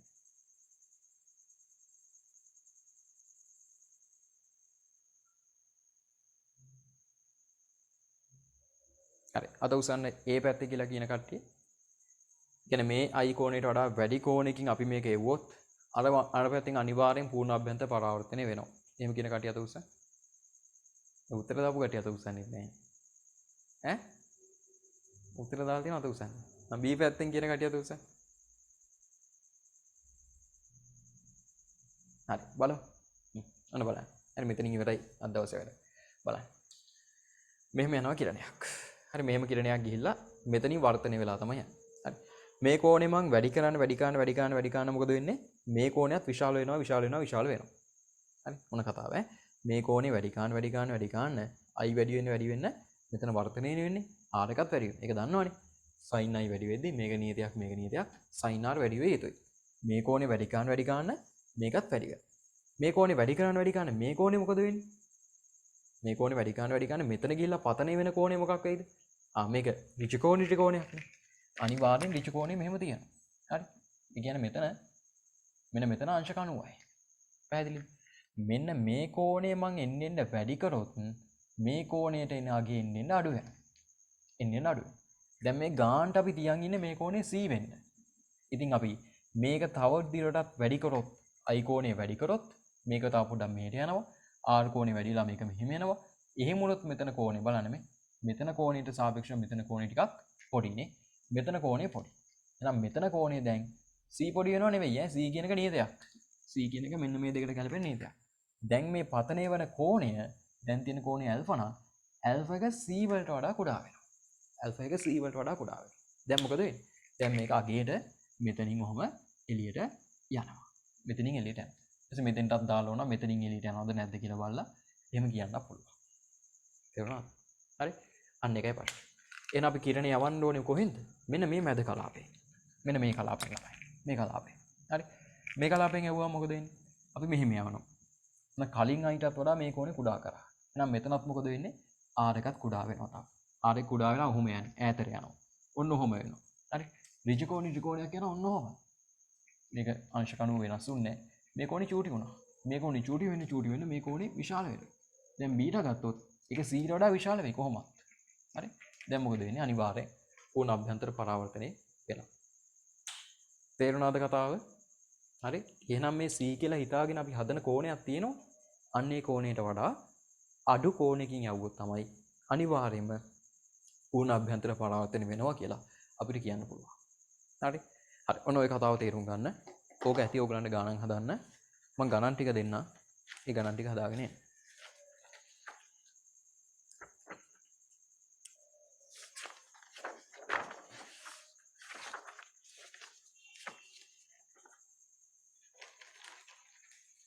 ඒක ලියා ගන්න. හරි. 1988 ආලෝකයේ ගන්න. 1988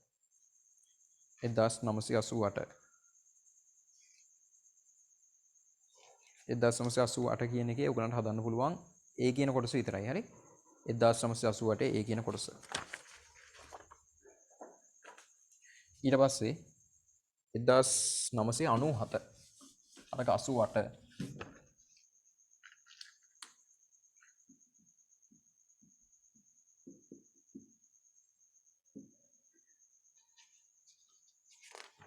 1997 කියන එක හරි ඔන්න ප්‍රකාශ තන්තු ආශ්‍රිත ගානක්. හරි මේ කියපුවා පදනම් කරගෙන හදන්න. හරි 1997. එස් 2002 බලන්න. 2002. හරි නැවතත් ප්‍රකාශ තන්තු වල ගානක්.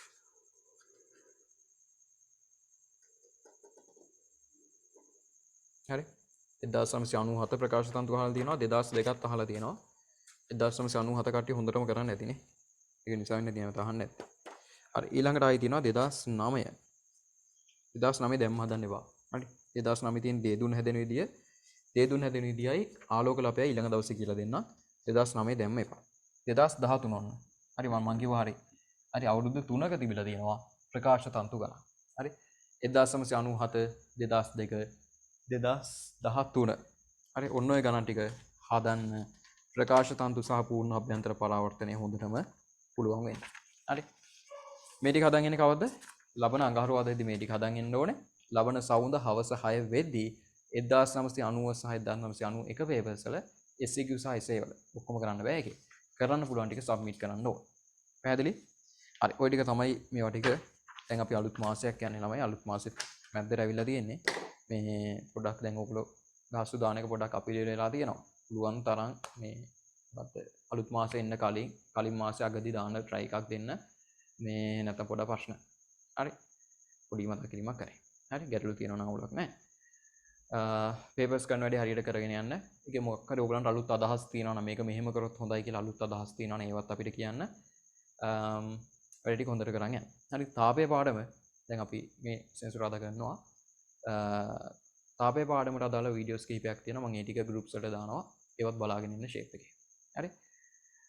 තව දවසක් වැඩිපුර ක්ලාස් එකක් කරොත් මේ බ්‍රහස්පතින්දා වගේ වැඩිපුර ක්ලාස් එකක් කරොත් එන්න පුළුවන් කටි පොඩ අත උස්සන්න. මොකද තාපේ එක දවසක් අපිට මිස් වුණානේ. ක්ලාස් වෙන්න මට වැඩක් නැහැ. දවසක් මම ෆ්‍රී ක්ලාස් එකක් දාන්න පුළුවන්.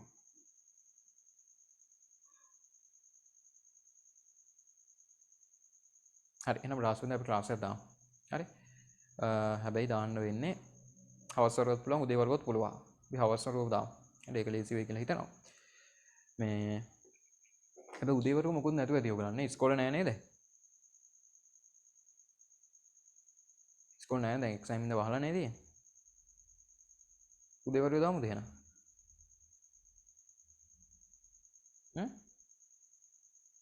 මට අවුලක් නැහැ ඕන වෙලාවක මට නම්. උදේ වරුව දාමුනේ අපි. ඒක ලේසියිනේ හරි. එහෙනම් බ්‍රහස්පතින්දා මතක තියාගන්න හරි. බ්‍රහස්පතින්දා හෙට නෙමෙයි අනිද්දා. අපි උදේ 8ට දාමු. හරි. උදේ 8 ඉඳන් මම වැඩි වෙලාවක් ගන්න නැහැ. පැය 3යි කරන්නේ. පැය 3ක් කියන්නේ වැඩි වෙලාවක් නේද? හරි. 8:11 වගේ අපි තාපය ගැන පොඩ්ඩක් මේ කතා කරමු. තාපේ පරිමාපසාරණය මේ දවසේ ඉවර කරගමු. හරි. උගන්නපු ටික බලාගෙන ඉන්න මෙදා පරිමාපසාරණය කොටස ඉවර කළා. ඊට සෙන්සුරාදා අපිට පටන් ගන්න පුළුවන් වෙයි බොහෝ දුරට මේ වායු කොටස. හරි මේක කරන්නේ මට එක දවසක් ගිය සෙන්සුරාදා ක්ලාස් එක මම ගන්නුනානේ. ගිය සෙන්සුරාදාට කලින් නේ. ඒක වෙනුවෙන් තමයි මේක කරන්නේ. හරි.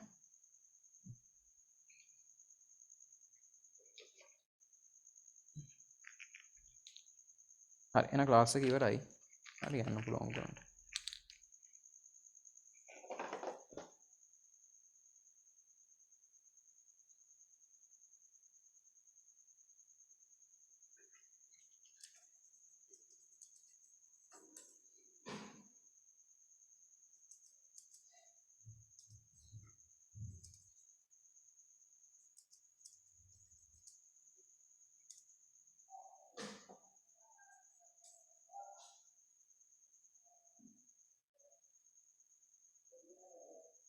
මැස් කරලා බයෝ විතරක් ලියන්න බැරිද පස්සේ? එහෙම කරන්න පුළුවන්. ඒ කියන්නේ සමහර ළමයි ඉන්නවා දැන් මොකද්ද මොනවද සාමාන්‍ය A level එකේදී මොනවද මේ ඉස්කෝලෙන් කරන එකේදී එක විෂයක් කරලා මේ එකක් විතරක් ආයෙ පස්සේ ලියන කට්ටියත් ඉන්නවා. හරි ඒක මේ මම දන්න ළමයෙක් හිටියා බයෝ කරලා පස්සේ මැස් කරලා හරි මොකක් හරි එහෙම එකක් තිබ්බා. ඒ කියන්නේ A level ලියලා අරක විතරක් වෙනම කරපු කෙනෙක් හිටියා. හරියටම සිද්ධිය දන්නේ නැහැ. මම දන්න විදිහට පුළුවන්. ඉතින් පොඩ්ඩක් ඒක බලන්න. හරි. නෑ.